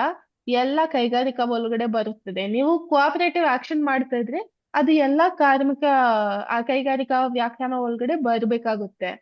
ಈಗ ಏನ್ ಮಾಡಿದ್ದಾರೆ, philanthropic work, religious work, charitable work ಇದೆಲ್ಲ ವ್ಯಾಖ್ಯಾನ ಒಳಗಡೆ ತೆಗ್ಸಿದ್ದಾರೆ. ಅಂತಂದ್ರೆ ನೀವು ಸುಮಾರು ಹಾಸ್ಪಿಟಲ್ಸ್ ಈ ಟ್ರಸ್ಟ್, ಚಾರಿಟಬಲ್ ಟ್ರಸ್ಟ್ ಅಂತ ಕರೀತಾರೆ. ಸೊ ಈಗ ಹಾಸ್ಪಿಟಲ್ ಕಾರ್ಮಿಕರು ಕೈಗಾರಿಕಾ ಕಾನೂನು ಅಡಿಯಲ್ಲಿ ಅವರು ಅಧಿಕಾರ ಕೇಳಕ್ಕೆ ಈಗ ಕಷ್ಟ ಆಗುತ್ತೆ ಇದು ಇಂಪ್ಲಿಮೆಂಟೇಶನ್ ಆಗಿದ್ರೆ. ಸೊ ಇದನ್ನು ನಮ್ಗೆ ಈ ವ್ಯಾಖ್ಯಾನ ಬದಲಾವಣೆಯಿಂದ ನಮ್ಗೆ ತುಂಬಾ ಕಷ್ಟ ಆಗುತ್ತೆ. ಏನಾದ್ರೂ ಒಂದ್ ಕಾನೂನು ಇದ್ರೆ ಅದನ್ನು ಜಾರಿ ಮಾಡೋದು ಮುಖ್ಯ. ಜಾರಿ ಮಾಡಿಲ್ಲ ಅಂತಂದ್ರೆ ಅದರದ್ದು ಫಾಯ್ದಾ ಏನಿಲ್ಲ. ಸೊ ಅದಕ್ಕೆ ಇಂಪ್ಲಿಮೆಂಟೇಶನ್ ಮಾಡ್ಬೇಕಾಗಿದ್ರೆ ಒಂದು ಇನ್ಸ್ಪೆಕ್ಟರ್ ರೆಜಿಮ್ ಇದೆ. ಸೊ ಇನ್ಸ್ಪೆಕ್ಟರ್ಸ್ ಬಂದ್ಬಿಟ್ಟು ಹೋಗ್ತಾರೆ. ಯಾವ್ದಾದ್ರು ಉಲ್ಲಂಘನೆ ಕಾಣಿಸಿದ್ರೆ ಅವರು ಅದ್ರ ಬಗ್ಗೆ ಒಂದ್ ಕೇಸ್ ಹಾಕ್ಬಹುದು, ಮತ್ತೆ ಮ್ಯಾನೇಜ್ಮೆಂಟ್ ವಿರುದ್ಧವಾಗಿ ಕ್ರಮ ತಗೊಳ್ಬಹುದು. ಈಗ ಏನ್ ಮಾಡಿದ್ದಾರೆ ಅಂತಂದ್ರೆ ಆ ಇನ್ಸ್ಪೆಕ್ಟರ್ ಅನ್ನು ಬದಲಾಯಿಸ್ಬಿಟ್ಟು ಯಾರು ಇನ್ಸ್ಪೆಕ್ಟರ್ ಇರಲ್ಲ, ಇನ್ಸ್ಪೆಕ್ಟರ್ ಕಮ್ ಫೆಸಿಲಿಟೇಟರ್ ಅಂತ ಬಂದಿದ್ದಾರೆ. ಅಂದ್ರೆ ಅವರು ಮ್ಯಾನೇಜ್ಮೆಂಟ್ ಸಹಾಯಕರು ಆಗಿದ್ದಾರೆ.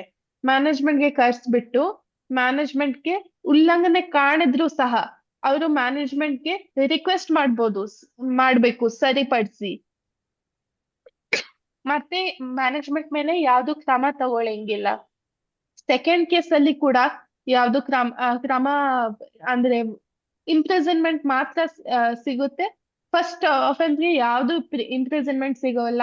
ಮತ್ತೆ ಸೆಕೆಂಡ್ ಆಫೆನ್ಸ್ ಅಲ್ಲಿ ಸಹ ಒಂದು ಕಾಂಪೌಂಡಬಲ್ ಅಂತ ಮಾಡಿದ್ದಾರೆ. ಅಂದ್ರೆ ಈ ಕೇಸ್ ನೀವು ಸ್ವಲ್ಪ ಹಣ ಕೊಟ್ರೆ ಈ ಕೇಸ್ ಆಗುತ್ತೆ, ಮತ್ತೆ ಮ್ಯಾನೇಜ್ಮೆಂಟ್ಗೆ ಬರಕ್ಕೆ ಅವಶ್ಯಕತೆ ಇಲ್ಲ. ಕಾರ್ಮಿಕ ಇಲಾಖೆಯಿಂದ ಯಾರು ಅಫಿಷಿಯಲ್ ಹೋಗ್ಬಿಟ್ಟು ಮ್ಯಾನೇಜ್ಮೆಂಟ್ಗೆ ಒಂದು ನೋಟಿಸ್ ಕೊಡ್ತಾರೆ, ಬೇಕಾಗಿದ್ರೆ ಸ್ವಲ್ಪ ಅಮೌಂಟ್ ಕಟ್ಬಿಟ್ಟು ನಿಮ್ ಮೇಲೆ ಯಾವ್ದು ಕ್ರಮ ತಗೊಳ್ಳಿಲ್ಲ ಅಂತ. ಅದು ಹೊಸ ಸಂಹಿತೆ ಒಳಗಡೆ ಇದೆ. ಇದರಿಂದ ನಮ್ಗೆ ಸ್ಪಷ್ಟವಾಗಿ ಗೊತ್ತಾಗುತ್ತೆ ಈ ಯಾವ್ದಾದ್ರು ರಕ್ಷಣೆ ಇದ್ರೂ ಸಹ ಅದನ್ನು ಜಾರಿ ಮಾಡಿಸೋದಕ್ಕೆ ಅತಿ ಕಷ್ಟ ಆಗುತ್ತೆ. ಅಂತಿಮವಾಗಿ ನಾನು ಲಾಸ್ಟ್ 2 ಪಾಯಿಂಟ್ಸ್ ಹೇಳ್ತೀನಿ. ಈ ಕಾನೂನನ್ನು ಹೆಂಗ್ ಪಾಸ್ ಮಾಡಿದ್ದಾರೆ, ವೇಜ್ ಕೋಡ್ 2 ದಿವಸ ಒಳಗಡೆ ಪಾಸ್ ಮಾಡಿದ್ದಾರೆ. ಮತ್ತೆ ಮಿಕ್ಕಿದ 3 ಕಾನೂನನ್ನು ಒಂದೇ ದಿವಸ ಫಾರ್ಮರ್ ಬಾಯ್ಕಾಟ್ ನಡೀತಾ ಇರುವಾಗ ಪಾರ್ಲಿಮೆಂಟ್ ಅಲ್ಲಿ ಒಂದೇ ದಿವಸ ಅಲ್ಲಿ ಪಾಸ್ ಮಾಡಿದ್ದಾರೆ. ಸೊ ಇದ್ರಲ್ಲಿ ಯಾವ್ದು ಆತರ ಡಿಬೇಟ್ ಸಹ ನಡೆಸಿಲ್ಲ. ಇದು ಸರಿ ಇದ್ಯಾ, ನಮ್ ದೇಶಕ್ಕೆ ಒಳ್ಳೇದಾಗುತ್ತಾ, ನಮ್ ಕಾರ್ಮಿಕರಿಗೆ ಮತ್ತೆ ಮಾಲೀಕರಿಗೆ ಏನ್ ಬ್ಯಾಲೆನ್ಸ್ ಇರ್ಬೇಕು ಅದನ್ನು ಮೇಂಟೈನ್ ಮಾಡುತ್ತಾ ಅಥವಾ ಒಂದ್ ಸೈಡ್ ಟಿಲ್ಟ್ ಆಗುತ್ತಾ, ಆತರ ಯಾವ್ದು ಡಿಬೇಟ್ ಆಗಲ್ಲ. ಮತ್ತೆ ನಮ್ ಲಾಸ್ಟ್ ಪಾಯಿಂಟ್ ನಾನು ಆಲ್ರೆಡಿ ಮೆನ್ಷನ್ ಮಾಡಿದ್ದೀನಿ. ಇದ್ರಲ್ಲಿ ನಾವು ಯೂನಿಯನ್ ಆಗಿ ನಾವು ಆಲ್ವೇಸ್ ಮೈನಸ್ ಪಾಯಿಂಟ್ಸ್ ನೋಡ್ತಾ ಇದೀವಿ. ಯಾಕಂದ್ರೆ ನಾವು ಸದ್ಯಕ್ಕೆ ನಾವು ದೊಡ್ಡ ಮಟ್ಟಕ್ಕೆ ಇದನ್ನು ವಿರೋಧಿಸ್ತಾ ಇದೀವಿ. ಯಾಕಂದ್ರೆ ಇದು ಕಾರ್ಮಿಕರಿಗೆ ತುಂಬಾ ನಷ್ಟ ಆಗ್ಬೋದು. ಬಟ್ ಆದ್ರೂ ಸಹ ಇದರಲ್ಲಿ ಕಾರ್ಮಿಕ ಪರವಾಗಿ ಕೆಲವೊಂದು ಪಾಯಿಂಟ್ಸ್ ಇದಾವೆ. ಅದನ್ನು ನಾನು ವಲಸೆ ಕಾರ್ಮಿಕರ ವಾಹನ ಬಗ್ಗೆ ಹೇಳಿದ್ದೀನಿ. ಇನ್ನೊಂದು ಅನ್ಇಂಟೆಂಡೆಡ್ ಕಾನ್ಸಿಕ್ವೆನ್ಸ್ ಅಂತ ನಾವ್ ನೋಡ್ಬೋದು.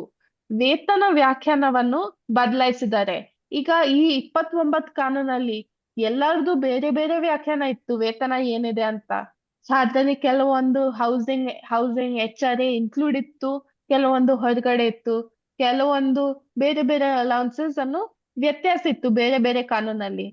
ಸೊ ನಾವು ಹೊಸ ಕಾನೂನು ನೋಡ್ಬೇಕಾಗಿದ್ರೆ ಎಲ್ಲರನ್ನು ಯೂನಿಫೈ ಮಾಡಿದ್ದಾರೆ. ಇದ್ರಲ್ಲಿ ಸ್ಪಷ್ಟವಾಗಿ IT ಮ್ಯಾನೇಜ್ಮೆಂಟ್ಸ್ಗೆ ಅತಿ ದೊಡ್ಡ ಇಂಪ್ಯಾಕ್ಟ್ ಏನಾಗಿದೆ ಅಂದ್ರೆ ಗ್ರಾಚ್ಯುಟಿ ಮುಂಚೆ, ಇದಕ್ಕಿಂತ ಮುಂಚೆ ಬರೀ ಬೇಸಿಕ್ ಪ್ಲಸ್ DML ಇತ್ತು. ಈಗ ಬೇಸಿಕ್ ಪ್ಲಸ್ ಡಿ ಎ ಮೇಲೆ ಮಾತ್ರ ಅಲ್ಲ, ಬಟ್ ಸುಮಾರು ಅಲೌನ್ಸಸ್ ಕೂಡ, ಸ್ಪೆಷಲ್ ಅಲೌನ್ಸಸ್ ಎಲ್ಲ ಕವರ್ ಆಗುತ್ತೆ. ಮತ್ತೆ ಸೊ ಇದರಿಂದ ಗ್ರಾಚ್ಯುಟಿ ಅಮೌಂಟ್ ನಾವು ಸುಮಾರು ಕಂಪ್ನೀಸ್ ನೋಡ್ಬೇಕಾಗಿದ್ರೆ ಒಂದು 10% ಮಾತ್ರ ಬೇಸಿಕ್ ಪ್ಲಸ್ ಡಿ ಎ ಇರುತ್ತೆ, ಬಾಕಿ ಎಲ್ಲ ಬೇರೆ ಬೇರೆ ತರಹದ್ದು ಅಲೌನ್ಸಸ್ ಒಳಗಡೆ ಬರುತ್ತೆ. ಬಟ್ ಈಗ ನೋಡ್ಬೇಕಾಗಿದ್ರೆ ಕನಿಷ್ಠವಾಗಿ 50% ಕವರ್ ಆಗುತ್ತೆ.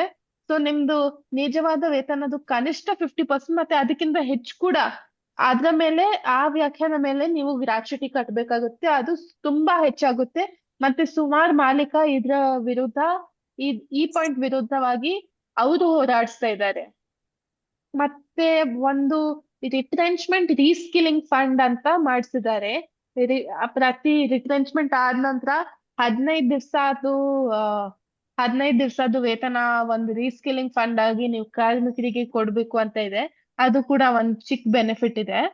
ನಾವು ಮಟರ್ನಿಟಿ ಬೆನಿಫಿಟ್ ನೋಡ್ಬೇಕಾಗಿದ್ರೆ ಈ ವೇತನ ವ್ಯಾಖ್ಯಾನದಿಂದ ಅದು ಅತಿ ಕಡಿಮೆ ಆಗುತ್ತೆ. ಅದೇ ತರ ನಿಮ್ದು ನಿಮ್ದು ವರ್ಕ್ಮೆನ್ ಕಾಂಪನ್ಸೇಷನ್, ಕಾರ್ಮಿಕರಿಗೆ ಆಕ್ಸಿಡೆಂಟ್ ಆಗಿದ್ರೆ ಅವ್ರ ಪರಿಹಾರ ಎಷ್ಟು ಸಿಗುತ್ತೆ ಅದು ಕೂಡ ಕಡಿಮೆ ಆಗುತ್ತೆ.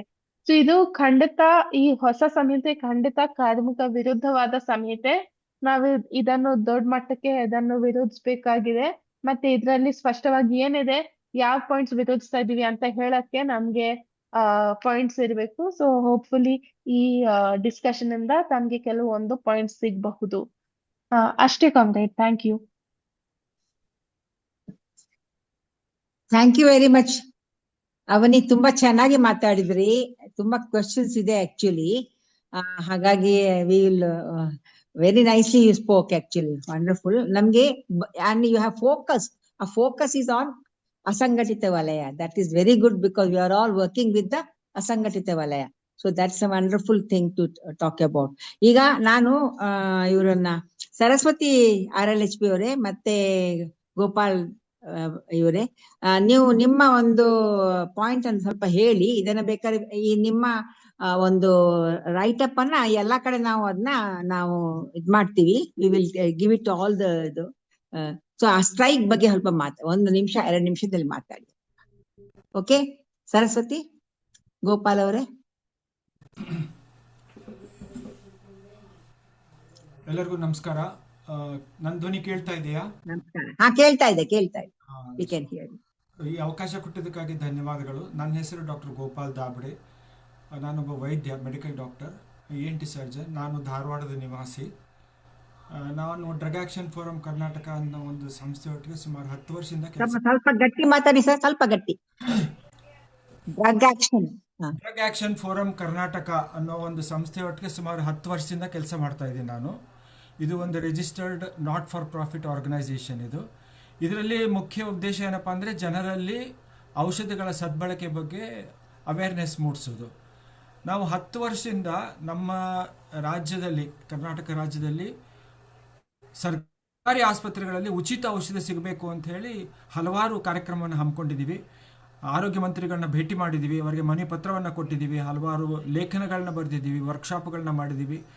ಆದರೆ ಅದರಿಂದ ಏನು ಪರಿಣಾಮ ಆಗದೇ ಇರೋದ್ರಿಂದ ನಾವು ಏನು ಮಾಡಿದೀವಪ್ಪ ಅಂತ ಹೇಳಿದ್ರೆ, ಹೋದ ವರ್ಷ ಫೆಬ್ರವರಿಯಲ್ಲಿ 2025 ಫೆಬ್ರವರಿಯಲ್ಲಿ 15 ಜಿಲ್ಲೆಗಳಲ್ಲಿ ಜಾಥಾ ಮಾಡಿದ್ವಿ. 15 ಜಿಲ್ಲೆ ಜಾಥಾಗಳಲ್ಲಿ ನಾವು ಏನು ಮಾಡಿದ್ವಪ್ಪ ಅಂದರೆ, ಪ್ರತಿ ಜಿಲ್ಲೆಯಲ್ಲಿ ಒಂದು ಮನವಿಯನ್ನು ಕೊಡೋದು, ಒಂದು ರ್ಯಾಲಿಯನ್ನು ಮಾಡೋದು, ಮತ್ತು ಒಂದು ಪ್ರೆಸ್ ಮೀಟನ್ನು ಮಾಡೋದು. ಇಷ್ಟು ನಮ್ಮದು ಮುಖ್ಯ ಗುರಿ ಏನಾಗಿತ್ತಪ್ಪ ಅಂತಂದರೆ ಜನರಲ್ಲಿ ಅವೇರ್ನೆಸ್ ಮೂಡಿಸೋದು ಅಂತ ಹೇಳಿ. ಇಷ್ಟು ಆದರೂ ಕೂಡ ಏನಂಥದ್ದು ಪರಿಣಾಮಕಾರಿ ಆಗಿಲ್ಲ. ಅದಕ್ಕೆ ಈ ವರ್ಷ ಫೆಬ್ರವರಿಯಲ್ಲಿ ಎಲ್ಲ 31 ಜಿಲ್ಲೆಗಳನ್ನು ಕವರ್ ಮಾಡಿ ಇದರಲ್ಲಿ ಜನರಲ್ಲಿ ಜಾಗೃತಿ ಮೂಡಿಸಬೇಕು ಅಂತ ಹೇಳಿ ಪ್ರತಿ ಜಿಲ್ಲೆಯಲ್ಲೂ ಒಂದು ರ್ಯಾಲಿ ಮಾಡ್ತಾ ಇದ್ದೀವಿ. ಮತ್ತು ಜಿಲ್ಲಾಧಿಕಾರಿಗಳಿಗೆ ಒಂದು ಮನವಿಯನ್ನು ಅರ್ಪಿಸ್ತೀವಿ, ಅದು ಮಾನ್ಯ ಮುಖ್ಯಮಂತ್ರಿಗಳು ಅವ್ರಿಗೆ ಕಳಿಸ್ಬೇಕು ಅಂತ ಹೇಳಿ. ಆಮೇಲೆ ಒಂದು ಪ್ರೆಸ್ ಮೀಟ್ ಮಾಡ್ತಾ ಇದ್ದೀವಿ, ಪತ್ರಿಕಾ ಬಿಡುಗಡೆ ಮಾಡ್ತಾ ಇದ್ದೀವಿ. ಸೊ ಇಷ್ಟು ಇದರಲ್ಲಿ 4 ಮುಖ್ಯ ಬೇಡಿಕೆಗಳಿದಾವೆ ನಮ್ಮದು. ಮೊದಲೇ ಬೇಡಿಕೆ ಏನಪ್ಪ ಅಂತಂದರೆ, ಎಲ್ಲ ಸರ್ಕಾರಿ ಆಸ್ಪತ್ರೆಗಳಲ್ಲಿ ಉಚಿತ ಮತ್ತು ಗುಣಮಟ್ಟ ಔಷಧವನ್ನು ಒದಗಿಸ್ಬೇಕು ಅಂತ ಹೇಳಿಬಿಟ್ಟು. ಇದು ಇವಾಗಲೇ ತಮಿಳುನಾಡು ಮಾಡಿದೆ, ಕೇರಳ ಮಾಡಿದೆ, ಮತ್ತು ರಾಜಸ್ಥಾನ ಮಾಡಿದೆ.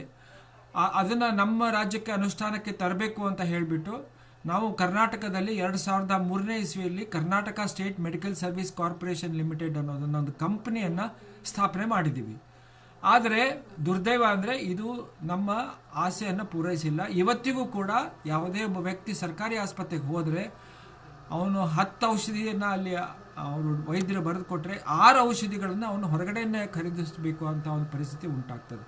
ಆದರೆ ಇದು ತಮಿಳುನಾಡಲ್ಲಿ ಇಲ್ಲ. ತಮಿಳುನಾಡಲ್ಲಿ ನೀವು ಯಾವುದೇ ಒಂದು ಸರ್ಕಾರಿ ಆಸ್ಪತ್ರೆ ಎದುರುಗಡೆ ಹೋದರೆ ಅಲ್ಲಿ ಖಾಸಗಿಗಳನ್ನ ಫಾರ್ಮಸಿ ಕಾಣೋದಿಲ್ಲ. ಆದರೆ ಜಿಲ್ಲಾ ಆಸ್ಪತ್ರೆ ಕರ್ನಾಟಕದಲ್ಲಿರುವಂಥ ಯಾವುದೇ ಜಿಲ್ಲಾ ಆಸ್ಪತ್ರೆಗೆ ಹೋಗಿ ನೋಡಿದ್ರೆ ಅಲ್ಲಿ ಸಾಲು ಸಾಲಾಗಿ ಖಾಸಗಿ ಫಾರ್ಮಸಿಗಳನ್ನು ಕಾಣ್ತೀವಿ. ಇದೇ ಒಂದು ಸಾಕ್ಷಿ ನಮ್ಮ ಉಚಿತ ಔಷಧಿ ಕೆಲಸ ಮಾಡ್ತಾ ಇಲ್ಲ ಅನ್ನೋದಕ್ಕೆ. ಸೊ ಇದು ನಮ್ಮದು ಮುಖ್ಯ ಬೇಡಿಕೆ ಏನಪ್ಪ ಅಂತಂದರೆ ಎಲ್ಲ ಸರ್ಕಾರಿ ಆಸ್ಪತ್ರೆಗಳಲ್ಲಿ ಔಷಧಿಗಳು ಉಚಿತವಾಗಿ ಸಿಗಬೇಕು, ಉತ್ತಮ ಗುಣಮಟ್ಟದಿರಬೇಕು, ಮತ್ತು ಜನರನ್ನು ಹೊರಗಡೆಯಿಂದ ಬರೆದುಕೊಡೋ ಹಾಗೆ ವೈದ್ಯರು ಸಲಹೆ ನೀಡಬಾರದು. ಇದು ಒಂದು ನಮ್ಮದು ಮುಖ್ಯ ಬೇಡಿಕೆ. ಎರಡನೇ ಬೇಡಿಕೆ ಏನಪ್ಪ ಅಂತಂದರೆ ಕರ್ನಾಟಕಕ್ಕೆ ಆರೋಗ್ಯ ಹಕ್ಕಿನ ಕಾಯ್ದೆಯನ್ನು ತರಬೇಕು ಅಂತ ಹೇಳಿಬಿಟ್ಟು. ಈ ಆರೋಗ್ಯ ಹಕ್ಕಿನ ಕಾಯ್ದೆ ತರಲಿಕ್ಕೆ ನಮ್ಮ ರಾಜಸ್ಥಾನ್ ಸರ್ಕಾರ ಸಾಕಷ್ಟು ಕೆಲಸ ಮಾಡಿದೆ. ಇವಾಗಲೇ ಅದು ಆ್ಯಕ್ಟನ್ನು ಅಸೆಂಬ್ಲಿಯಲ್ಲಿ ಕ್ಲಿಯರ್ ಆಗಿದೆ, ಅದು ಲಾ ಆಗಬೇಕಾಗಿದೆ. ಇದು ಮೊಟ್ಟ ಮೊದಲನೇ ರಾಜ್ಯ, ನಮ್ಮ ರಾಜಸ್ಥಾನ್ ರಾಜ್ಯ ಇದನ್ನು ಅನುದಾನಕ್ಕೆ ತಂದಿದ್ದು. ಆದರೆ ನಮ್ಮ ಸುತ್ತಮುತ್ತಲು ಚಿಕ್ಕ ಪುಟ್ಟ ದೇಶಗಳನ್ನು ನಾವು ನೋಡಿದ್ರೆ, ನಾವು ಇವಾಗ ಥೈಲ್ಯಾಂಡಲ್ಲಿ, ಸಿಂಗಾಪುರದಲ್ಲಿ, ನೇಪಾಳದಲ್ಲಿ ಇದನ್ನೆಲ್ಲ ಈ ಕಾನೂನುಗಳನ್ನು ತಂದಿದ್ದಾರೆ. ಇನ್ನೊಂದು ಇಂಟ್ರೆಸ್ಟಿಂಗ್ ವಿಷಯ ಅಂದರೆ ನಮ್ಮ ಬ್ರಿಟಿಷ್ ಸರ್ಕಾರ 1948ನೇ ಇಸ್ವಿಯಲ್ಲಿ ಅದನ್ನು ಈ NHS ಅಂತ ಒಂದು ತೊಗೊಂಬಂತು. ಅದರ ಅಡಿಯಲ್ಲಿ ಎಲ್ಲ ಆ್ಯಕ್ಟನ್ನು ಇದರಲ್ಲಿ ಒಳಗೊಂಡಿದೆ. ಆರೋಗ್ಯ ಹಕ್ಕಿನ ಆ್ಯಕ್ಟು ಇದರಲ್ಲಿ ಒಳಗೊಂಡಿದೆ. ಅದೇ ರೀತಿಯಾದಂಥ ಅಂದರೆ ಯಾವಾಗ ಬ್ರಿಟಿಷ್ ಸರ್ಕಾರ ತೊಗೊಂಬಂತು, ಅದು 2ನೇ ಮಹಾಯುದ್ಧ ಮುಗಿದ ತಕ್ಷಣ ಅವರ ಆರ್ಥಿಕ ಪರಿಸ್ಥಿತಿ ಚೆನ್ನಾಗಿರಲಿಲ್ಲ, ಆವಾಗ ತೊಗೊಂಬಂದು. ಸೊ ನಾವೇನು ಹೇಳ್ತಾ ಇದ್ದೀವಿ, ಆರ್ಥಿಕ ಪರಿಸ್ಥಿತಿ ಚೆನ್ನಾಗಿಲ್ಲ, ನಮ್ದು ಅಷ್ಟು ದುಡ್ಡಿಲ್ಲ ಅಂತ ಹೇಳೋ ನೆವ ಇಲ್ಲ.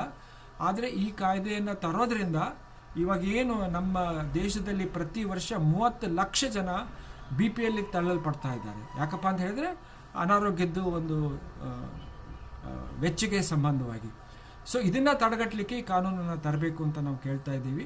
ಆಮೇಲೆ ಮೂರನೇ ಬೇಡಿಕೆ ಏನಪ್ಪ ಅಂತಂದರೆ 7 ಜಿಲ್ಲಾ ಆಸ್ಪತ್ರೆಗಳನ್ನು ಖಾಸಗೀಕರಣ ಮಾಡ್ತಾ ಇದೆ ಸರ್ಕಾರ. ಅದನ್ನು ವಿರೋಧಿಸ್ತಾ ಇದ್ದೀವಿ. ಖಾಸಗಿ ಕೊಡಬಾರದು. ಮತ್ತು ಇವಾಗಲೇ ಬಿಜಾಪುರದಲ್ಲಿ 110 ದಿವಸ ಅಲ್ಲಿ ಸ್ಥಳೀಯ ಜನರು ಹೋರಾಟ ಮಾಡಿ ಅದನ್ನು ಸರ್ಕಾರದಿಂದ ಹಿಮ್ಮೆಟ್ಟಿದ್ದಾರೆ. ಆಮೇಲೆ ಅಲ್ಲಿ ಮಾನ್ಯ ಮುಖ್ಯಮಂತ್ರಿಗಳು ಹೇಳಿದ್ದಾರೆ, ನಾನು ಇಲ್ಲಿ ಸರ್ಕಾರಿ ಆಸ್ಪತ್ರೆಯನ್ನು ಕೊಡ್ತೀನಿ ಬಿಜಾಪುರಕ್ಕೆ ಅಂತ. ಅವರು ಇವಾಗಲೇ ಒಂದು ಮಾತನ್ನು ಕೊಟ್ಟಿದ್ದಾರೆ. 4ನೇದು ಕೊನೆಯ ನಮ್ಮದು ಬೇಡಿಕೆ ಏನಪ್ಪ ಅಂತ ಹೇಳಿದ್ರೆ, ಖಾಸಗಿ ಆಸ್ಪತ್ರೆ ವಲಯಗಳಲ್ಲಿ ಪ್ರೈಸದ್ದು ಏನಿದೆ ನಿಯಂತ್ರಣ ಆಗಬೇಕು ಅಂತ ಹೇಳಿಬಿಟ್ಟು. ಇದಕ್ಕೆ ಮಾನದಂಡ ಇದೆ. ಇವಾಗಲೇ ESI ಕೂಡ ಏನು ರೆಫರ್ ಮಾಡ್ತಾರೆ ಅವರು ಪೇಷಂಟನ್ನು ರೆಫರ್ ಮಾಡುವಾಗ ಒಂದಿಷ್ಟು ನಿರ್ದಿಷ್ಟವಾದಂಥ ಹಣವನ್ನು ಫಿಕ್ಸ್ ಮಾಡಿರ್ತಾರೆ ಪ್ರತಿಯೊಂದು ಸರ್ಜರಿಗೆ, ಪ್ರತಿಯೊಂದು ಕೇಸ್ಗೂ. ಅದೇ ಒಂದು ಮಾನದಂಡವನ್ನು ಉಪಯೋಗಿಸ್ಕೊಂಡು ಎಲ್ಲ ಕಡೆ ಯೂನಿಫಾರ್ಮ್ ಆಗಿ ಕ್ಯಾಪ್ ಮಾಡಬೇಕು ಅಂತ ನಾವು ಕೇಳ್ತಾ ಇದ್ದೀವಿ. ಈ 4 ಮುಖ್ಯ ಏನು ನಮ್ಮ ಬೇಡಿಕೆಗಳಿದ್ದಾವೆ, ಇವು ಎಲ್ಲವೂ ಕೂಡ ಏನಪ್ಪ ಅಂತ ಹೇಳಿದ್ರೆ ಈ ಔಟ್ ಆಫ್ ಪಾಕೆಟ್ ಎಕ್ಸ್ಪೆನ್ಸಸ್ ಅಂದರೆ ತಮ್ಮ ಜೇಬಿನಿಂದ ಖರ್ಚು ಮಾಡುವಂಥ ಏನು ಒಂದು ಅಮಾನವೀಯ ಒಂದು ವ್ಯವಸ್ಥೆ ನಮ್ಮ ದೇಶದಲ್ಲಿದೆ ಇವತ್ತು, ಅದನ್ನು ಕಡಿಮೆ ಮಾಡಲಿಕ್ಕೆ, ಅದನ್ನು ತಗ್ಗಿಸ್ಲಿಕ್ಕೆ ಇದೆಲ್ಲ ಎಫರ್ಟ್ಸು. ನಮ್ಮ ದೇಶದಲ್ಲಿ ಸಾಲಕ್ಕೆ, ಗ್ರಾಮೀಣ ಭಾಗದಲ್ಲಿ ಸಾಲಕ್ಕೆ 2ನೇ ಮುಖ್ಯ ಕಾರಣನೇ ಅನಾರೋಗ್ಯದ ಕಾರಣ. ಸೊ ಇದೆಲ್ಲ ಒಳಗೊಂಡು ನಾವು ಮೈಸೂರಿಗೂ ಬರ್ತಾ ಇದ್ದೀವಿ. ಆ ಮೈಸೂರಲ್ಲಿ ತಾವೆಲ್ಲ ಇದಕ್ಕೆ ಕೈ ಜೋಡಿಸ್ಬೇಕು. ಮತ್ತು ಯಾವಾಗ ಅನುಕೂಲ, ಎಲ್ಲಿ ಭೇಟಿ ಮಾಡೋದು, ಏನು ಅನ್ನೋದನ್ನು ತಾವು ವಿವರಣೆ ಹೇಳಬೇಕು ಅಂತ ಹೇಳಿ. ಏನಾದರೂ ಪ್ರಶ್ನೆ ಇದ್ದರೆ ನಾನು ಉತ್ತರ ಹೇಳಬಲ್ಲೆ, ನನಗೆ ಗೊತ್ತಿದ್ರೆ ಉತ್ತರ ಹೇಳಬಲ್ಲೆ. ಎಲ್ಲರಿಗೂ ಧನ್ಯವಾದಗಳು. ನಮಸ್ಕಾರ. Thank you very much Rati madam ಹಾಗೂ ಎಲ್ರಿಗೂ. ಏನಂದ್ರೆ ಈಗ 12ನೇ ತಾರೀಕು ಈ ಕಾರ್ಯಕ್ರಮ ಜಾಥಾ, ಆರೋಗ್ಯ ಹಕ್ಕಿನ ಡ್ರಗ್ಸ್ ಇದಕ್ ಸಂಬಂಧಪಟ್ಟಂಗೆ ಜಾಥಾ ಇದೆ ಮೈಸೂರಲ್ಲಿ. ಮೆಮೊರಂಡಮ್ ಆಗ್ಲೇ ಕಮಲ್ ಸರ್ಗೂ ದಿವಾಕರ್ ಸರ್ಗೂ ನಿಮ್ಗೂ ಕಳ್ಸಿದೀನಿ, ಎಲ್ರಿಗೂ ಶೇರ್ ಮಾಡ್ಬೋದು ಈ ಗ್ರೂಪ್ ಅಲ್ಲಿ, ಆಯ್ತಾ, ಮೆಮೊರಂಡಮ್ನ. ಸೊ ಇದನ್ನ ಆವತ್ತಿನ ಕಾರ್ಯಕ್ರಮನ ಎಲ್ಲಿಂದ ಶುರು ಮಾಡ್ಬೋದು, ಕೊನೆಗೆ ಮನವಿ ಕೊಡ್ಬೇಕಾಗಿರೋದು DC-ಗೆನೆ ಅಲ್ವಾ? ಸೊ ಆಗ ಎಲ್ಲಿಂದ ಶುರು ಮಾಡೋಣ, ಎಲ್ಲಾ ಸಂಘಟನೆಗಳು ಇದ್ರಲ್ಲಿ ಸೇರ್ಬೋದಾ ಹೇಗೆ ಅಂತ ಒಂದು 2-3 ನಿಮಿಷ ಮಾತಾಡಿದ್ರೆ ಒಳ್ಳೇದು. ನಂಗನ್ಸುತ್ತೆ ಅದನ್ನ ನೀವು ಶೇರ್ ಮಾಡಿ. ಅದಕ್ಕೆ ನಾವು ಬೇರೆ ಒಂದು ಮೀಟಿಂಗ್ ಮಾಡೋಣ. ಸದ್ಯಕ್ಕೆ ಡಿಸ್ಕಷನ್ ಶುರು ಮಾಡೋಣ. ಅವ್ರದ್ದು ಈಗ ಟಾಕ್ ಆಯ್ತಲ್ಲ. ಅದ್ರ ಬಗ್ಗೆ. ಈಗ ಅದನ್ನ ಶೇರ್ ಮಾಡೋಣ, ಎಲ್ಲವನ್ನು ನಮ್ಮ ಮನವಿಯನ್ನು ಶೇರ್ ಮಾಡಿ ಅದರ ಬಗ್ಗೆ ಕೂಡ ಹಾಕ್ಬಿಡೋಣ ಎಲ್ಲ ಗ್ರೂಪ್ಸ್ಗೆ. ಓಕೆ, ಸರಿ, thank you very much. Thank you doctor Gopal ಅವರೇ. ಹಾಗೆ ಅವನಿ ಅವ್ರದ್ದು ಈಗ ಮಾತಾಡಿದಾರಲ್ಲ, ಅಸಂಘಟಿತ ವಲಯ ತುಂಬಾ ಮುಖ್ಯ. ಹೇಮಲತಾ ಅವರು ಕೈ ಎತ್ತಿದ್ದಾರೆ. Hemalatha, can you talk? Unmute ಮಾಡ್ಕೊಂಡು ಮಾತಾಡಿ, ಕ್ವಶನ್ ಇದ್ರೆ ಹೇಳಿ. ಎಲ್ರಿಗೂ ನಮಸ್ಕಾರ. ಅವನಿ ತುಂಬಾ ಚೆನ್ನಾಗಿ ಮಾತಾಡಿದ್ರಿ. ತುಂಬಾ ಸಂಕೀರ್ಣವಾದ ವಿಷಯವನ್ನ ತುಂಬಾ ಸರಳವಾಗಿ ಮಾಡಿದ್ರಿ. ನಿಮ್ಮಲ್ಲಿ ಸ್ಪಷ್ಟತೆ ಇರೋದು ನನ್ಗೆ ಖುಷಿ ತಂತು. ಮಂಡನೆ ತುಂಬಾ ಚೆನ್ನಾಗಿ ಬಂತು, ಅಭಿನಂದನೆಗಳು. ನನ್ನ ಒಂದು ಪ್ರಶ್ನೆ ಇರೋದೇನಂತ ಹೇಳಿದ್ರೆ, ಈ ಕನಿಷ್ಠ ವೇತನವನ್ನ ನಿಗದಿ ಮಾಡ್ಬೇಕಾದ್ರೆ ಅಸಂಘಟಿತ ವಲಯಕ್ಕೆ ಮತ್ತೆ ಸಂಘಟಿತ ವಲಯಕ್ಕೆ ವ್ಯತ್ಯಾಸ ಆಗುತ್ತಾ? ಮಾನದಂಡ ಎರಡಕ್ಕೂ ಒಂದೇ ಇರುತ್ತಾ, ಬೇರೆ ಇರುತ್ತಾ? ಇನ್ನೊಂದು, ಬೌದ್ಧಿಕ ಕೆಲಸಕ್ಕೆ ಮತ್ತೆ ಶ್ರಮದಾಯಕ ದೈಹಿಕ ಕೆಲಸಕ್ಕೆ ಕನಿಷ್ಠ ವೇತನ ನಿಗದಿ ಮಾಡ್ಬೇಕಾದ್ರೆ ಅಲ್ಲೂ ವ್ಯತ್ಯಾಸ ಮಾಡ್ತಾರ? ಅದು ಏನ್ ಅರ್ಥ ಆಗ್ಲಿಲ್ಲ. ಮಾನದಂಡಗಳನ್ನ ಅದು ಎರಡನೇ ಪಾಯಿಂಟ್ ಅರ್ಥ ಆಗ್ಲಿಲ್ಲ. ಬೌದ್ಧಿಕ Manual ಕೆಲಸ, and- ಇಂಟೆಲೆಕ್ಚುಯಲ್ ಹಾ, ವರ್ಕ್ ಮತ್ತೆ ಗೊತ್ತಾಯ್ತು. ಮ್ಯಾನ್ಯುಯಲ್ ವರ್ಕ್ಗೂ ಕನಿಷ್ಠ ವೇತನ ನಿಗದಿ ಮಾಡ್ಬೇಕಾದ್ರೆ ವ್ಯತ್ಯಾಸ ಮಾಡ್ತಾರ ಮಾನದಂಡಗಳನ್ನ ಅನ್ನೋದು. ಯಾಕೆಂದ್ರೆ ತುಂಬಾ ಅಂತರ ಇದೆ. ಮ್ಯಾನ್ಯುಯಲ್ ವರ್ಕ್ಗೆ ವೇತನ ತುಂಬಾ ಕಡಿಮೆ ಇರುತ್ತೆ, ಇಂಟೆಲೆಕ್ಚುಯಲ್ಗೆ ಇರುತ್ತೆ. ಅದನ್ನ ನಾವು ಪ್ರಶ್ನೆ ಮಾಡ್ಬೋದಾ? ಸಂವಿಧಾನದಲ್ಲಿ ಏನು ಪ್ರಾವಿಷನ್ ಇದೆ ಅನ್ನೋ ಮಾಹಿತಿ ನನ್ಗೆ ಸ್ವಲ್ಪ ಬೇಕಾಗಿತ್ತು. ಅಭಿನಂದನೆಗಳು, ತುಂಬಾ ಖುಷಿ ಆಯ್ತು. ತುಂಬಾ ಸ್ಪಷ್ಟತೆ ಇದೆಯಪ್ಪ. ಏನು ಅಂತ ಹೇಳಿ ರತಿ ಕಂದ್ರೆ ನಾನು ಈಗ್ಲೇ ಉತ್ತರ ಮಾಡೋದಾ ಅಥವಾ ಕಾಯೋದಾ?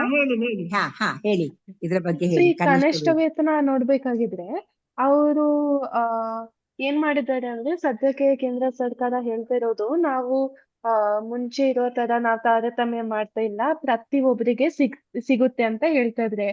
ಸಂಘಟನೆ ವಲಯಲ್ಲಿ ಇರಲಿ ಅಥವಾ ಸಂಘಟಿತ ವಲಯಲ್ಲಿ ಇರಲಿ, ನಿಮ್ಗೆ ಸಿಕ್ಕೇ ಸಿಗುತ್ತೆ ಅಂತ ಹೇಳ್ತಾ ಇದ್ದಾರೆ. ಬಟ್ ನೋಡ್ಬೇಕಾಗಿದ್ರೆ ಅವರು ಒಂದು ಎಂಪ್ಲಾಯ್ಮೆಂಟ್ ಸ್ಕಿಲ್ ರೇಟಿಂಗ್ ಕೊಟ್ಟಿದ್ದಾರೆ. So this impacts both your questions. Skill rating ಅಲ್ಲಿ ಒಂದು ಹೈಲಿ ಸ್ಕಿಲ್ಡ್, ಒಂದು ಸೆಮಿ ಸ್ಕಿಲ್ಡ್ ಅಂಡ್ ಒಂದು ಅನ್ಸ್ಕಿಲ್ಡ್.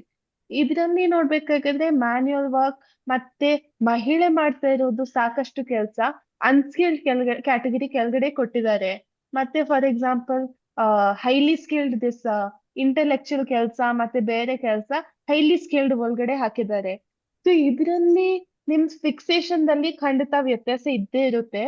ಮತ್ತೆ ಅದನ್ನು ನಾವು ಆಕ್ಚುಲಿ ಅಪೋಸ್ ಮಾಡ್ಬೇಕು. ನನ್ನ ಲಾಜಿಕ್ ಇತ್ತು ಅಂತಂದ್ರೆ, ನೀವು ಜೀವನ ಮಾಡೋದಕ್ಕೆ ಘನತೆ ಆದ ಜೀವನದು ಕನಿಷ್ಠ ನೋಡ್ತಾ ಇದ್ರೆ, ಅದು ನೀವ್ ಏನ್ ಕೆಲ್ಸ ಮಾಡ್ತಾ ಇದ್ರಿ ಅದ್ರದಲ್ಲಿ ಯಾವ್ದು ವ್ಯತ್ಯಾಸ ಇರಕ್ಕಾಗಲ್ಲ. ಯಾಕಂದ್ರೆ ಒಂದ್ ಮನುಷ್ಯ ಒಂದ್ ಜಾಗದಲ್ಲಿ ಇರಕ್ಕೆ ಅಷ್ಟೇ ಹಣ ಬೇಕಾಗುತ್ತೆ. ನೀವ್ ಏನ್ ಬೇಕಾಗಿದ್ರು ಕೆಲ್ಸ ಮಾಡ್ತಾ ಇರಿ. ಮತ್ತೆ ಸುಪ್ರೀಂ ಕೋರ್ಟ್ ಆ ರೆಪ್ಟಕಾಸ್ ಬ್ರೆಟ್, ಅದು ಲ್ಯಾಂಡ್ ಮಾರ್ಕ್ ಜಡ್ಜ್ಮೆಂಟ್ ಈ ಕನಿಷ್ಠ ವೇತನ ಬಗ್ಗೆ, ಅದ್ರಲ್ಲಿ ಸಹ ಅವರು ಹಾಕಿದ್ದಾರೆ, ಇದೇ ನಿಮ್ ಕಾಂಪೊನೆಂಟ್ಸ್ ಆಫ್ ಎಂಪ್ಲಾಯ್ಮೆಂಟ್ ಇಷ್ಟೇ ಇರ್ಬೇಕು, ನಿಮ್ ಊಟಕ್ಕೆ ಎಷ್ಟು, ನಿಮ್ದು ಬಾಡಿಗೆ ಎಷ್ಟು. ಸೊ ಅದು ನೀವ್ ಏನ್ ಕೆಲಸ ಮಾಡ್ತಾ ಇದ್ರಿ ಅದ್ರಲ್ಲಿ ವ್ಯತ್ಯಾಸ ಇರಬಾರ್ದು ಆಕ್ಚುಲಿ. ಬಟ್ ನಾವು ಏನ್ ನೋಡ್ತಾ ಇದೀವಿ ಅಂದ್ರೆ ಸೆಕ್ಟೋರಿಯಲ್ ಡಿವಿಷನ್ಸ್. ಫಾರ್ ಎಕ್ಸಾಂಪಲ್, ನಮ್ ಬೆಂಗಳೂರಲ್ಲಿ ಗಾರ್ಮೆಂಟ್ ಸೆಕ್ಟರ್ದು ಲಾಬಿ ತುಂಬಾ ಹೆಚ್ಚಿದೆ. ಸೊ ಅದಕ್ಕೆ ನಿಮ್ದು ಗಾರ್ಮೆಂಟ್ ಸೆಕ್ಟರ್ ಅಲ್ಲಿ ನಮ್ದು ಕನಿಷ್ಠ ವೇತನ ಯಾವತ್ತಾದ್ರೂ ಸ್ವಲ್ಪ ಕಡಿಮೆ ಇರುತ್ತೆ. ಸಂವಿಧಾನ ನೋಡ್ಬೇಕಾಗಿದ್ರೆ it is linked to article 21. Article 21 ಅಂದ್ರೆ ಘನತೆ ಆದ ಜೀವನ. ಸೊ ನಾವು ಅದ್ರ ಬೇಸಿಸ್ ಮೇಲೆ ಖಂಡಿತ ಇದನ್ನು ಚಾಲೆಂಜ್ ಮಾಡ್ಬೋದು. ಬಟ್ ಖಂಡಿತ ಆ ತರ ಅದು ನೀವ್ ಹೇಳೋದಂಗೆ ತಾರತಮ್ಯ ಇದ್ದೇ ಇರುತ್ತೆ. ಓಕೆ ಮೇಡಮ್, ನಮಸ್ತೆ ಮೇಡಮ್. ಮೇಡಮ್ ಹೇಳಿ. ನಮಸ್ತೆ. First of all thanks madam, ತುಂಬಾ ಚೆನ್ನಾಗಿ ಮಾತಾಡಿದ್ರಿ ಮೇಡಮ್. ಏನಂದ್ರೆ ಈಗ ಮೇಲಿಗ್ ಬೇರೆ ಫಿಮೇಲಿಗ್ ಬೇರೆ ಕನಿಷ್ಠ ವೇತನ ಇದೆ ಮೇಡಮ್? ಡಿಫ್ರೆನ್ಸ್ ಏನಾದ್ರೂ ಇದೆಯಾ? ಆ ತರ ಏನಿಲ್ಲ. But for example, regularly work which is regularly done by women. For example, garments ಅಲ್ಲಿ ನೋಡ್ಬೇಕಾಗಿದ್ರೆ, ಗಾರ್ಮೆಂಟ್ಸ್ ಅಲ್ಲಿ ನಿಮ್ದು ಟೈಲರಿಂಗ್ ವರ್ಕ್ ಆಫನ್ ಮಹಿಳೆ ಮಾಡ್ತಾರೆ, ಬಟ್ ಲೇಬಲ್ ಸ್ಟಿಚಿಂಗ್ ವರ್ಕ್ ಗಂಡಸರು ಮಾಡ್ತಾರೆ. ಸೊ ಅದ್ರಲ್ಲಿ ನೀವು ನೋಡ್ಬಹುದು ಆ ತರದಲ್ಲಿ ವ್ಯತ್ಯಾಸ ಇರುತ್ತೆ. ಗಂಡಸರಿಗೆ ಜಾಸ್ತಿ ಸಿಗ್ತಾ ಇರುತ್ತೆ ಕನಿಷ್ಠ ವೇತನ. ಸ್ಕಿಲ್ಲಿಂಗ್ ಕ್ಯಾಟಗರಿಯಲ್ಲಿ ಕೂಡ ವ್ಯತ್ಯಾಸ ಇರ್ಬೋದು. ಸೊ ಆತರ, ಬಟ್ ಮಹಿಳೆಗೆ ಬೇರೆ ಮತ್ತೆ ಗಂಡಸರಿಗೆ ಬೇರೆ ಅಂತ ಇಲ್ಲ. ಓಕೆ ಮೇಡಮ್, ಇದು ಅಸಂಘಟಿತ ಕಾರ್ಮಿಕರಿಗೆ ಏನಾದ್ರೂ ಪ್ರಾಬ್ಲಮ್ ಆದ್ರೆ ಯಾರಿಗೆ ಇಮ್ಮಿಡಿಯೇಟ್ ಆಗಿ ಅವ್ರಿಗೆ ದೂರ್ ಕೊಡ್ಬೋದು ಮೇಡಮ್? ಇದು ಕಂಪ್ಲೇಂಟ್ ಯಾರಿಗ್ ಮಾಡ್ಬೇಕು? ಅದರಲ್ಲಿ ಅಸಂಘಟಿತ ಕಾರ್ಮಿಕರಿಗೆ ಒಂದ್ ಮಂಡಳಿ ಇದೆ, ಆ ಮಂಡಳಿಗೆ ದೂರು ಕೊಡಬಹುದು, ಯಾರು ಅದು ಇವರೇ ಡೈರೆಕ್ಟ್ ಆಗಿ ಹೋಗಿ ಇವರೇ ಕಂಪ್ಲೇಂಟ್ ಮಾಡ್ಬೇಕಾ? ಅವ್ರಿಗೆ ಗೊತ್ತೇ ಕಂಪ್ಲೇಂಟ್ ಇರಲ್ವಲ್ಲ ಕೊಡ್ಬೋದು. ಮೇಡಮ್, ಅಸಂಘಟಿತ ಕಾರ್ಮಿಕರು ಹೌದು. ಅಂದ್ರೆ ಪಾಪ ಅವ್ರಿಗೆ ಗೊತ್ತೇ ಇರಲ್ವಲ್ಲ, ಈ ತರದ ಒಂದು ಸಂಘ ಸಂಸ್ಥೆ ಇದೆ ಅಂತಾನೆ ಗೊತ್ತಿರಲ್ವಲ್ಲ ಅವ್ರಿಗೆ, ದೂರ್ ಅದು ಕೊಡ್ಬೇಕು ನಿಜ. ಅಂತ ಅವೇರ್ನೆಸ್ ಇರಲ್ವಲ್ಲ. ನಿಜ, ನೀವ್ ಹೇಳ್ತಾ ಇರೋದು ನಿಜ. ಬಟ್ ನೀವ್ ನೋಡ್ಬೇಕಾಗಿದ್ರೆ ಅಲ್ಲಿ ನಾವ್ ಪ್ರಾಕ್ಟಿಕಲ್ ಅಲ್ಲಿ ಮಾತಾಡ್ಬೇಕಾಗಿದ್ರೆ ಅಲ್ಲಿ ಕೆಲವೊಂದು ಸ್ಕೀಮ್ಸ್ ಜಾರಿ ಮಾಡಿದ್ದಾರೆ, ಮತ್ ಕೆಲವು ಒಂದು ಹೆಲ್ಪ್ ಲೈನ್ ನಂಬರ್ ಕೂಡ ಇದ್ದಾವೆ. ನಾವ್ ಸೇವಾ ಸಿಂಧುದು ನಂಬರ್ ಇನ್ನೂ ಐ ಥಿಂಕ್ ಇನ್ನೂ ಜಾರಿ ಇದೆ. ಮತ್ತೆ ಅನ್ಆರ್ಗನೈಸ್ಡ್ ವರ್ಕ್ ಅದು ಹೆಲ್ಪ್ ಲೈನ್ ಕೂಡ ಅವರು ಇಶ್ಯೂ ಮಾಡಿದ್ದಾರೆ. ಸೊ ನೀವು ಆ ನಂಬರ್ ನೀವು ಪ್ರಚಾರ ಮಾಡುವಾಗ ಆ ನಂಬರ್ ಶೇರ್ ಮಾಡ್ಬಿಟ್ರೆ ಇಲ್ಲಿ ನೀವು ಕಂಪ್ಲೇಂಟ್ ಕೊಡ್ಬೋದು ಅಂತ, ಅದೆಲ್ಲ ಕೆಲವೊಂದು ಅವಕಾಶ ಇದ್ದಾವೆ. Okay okay madam, thank you.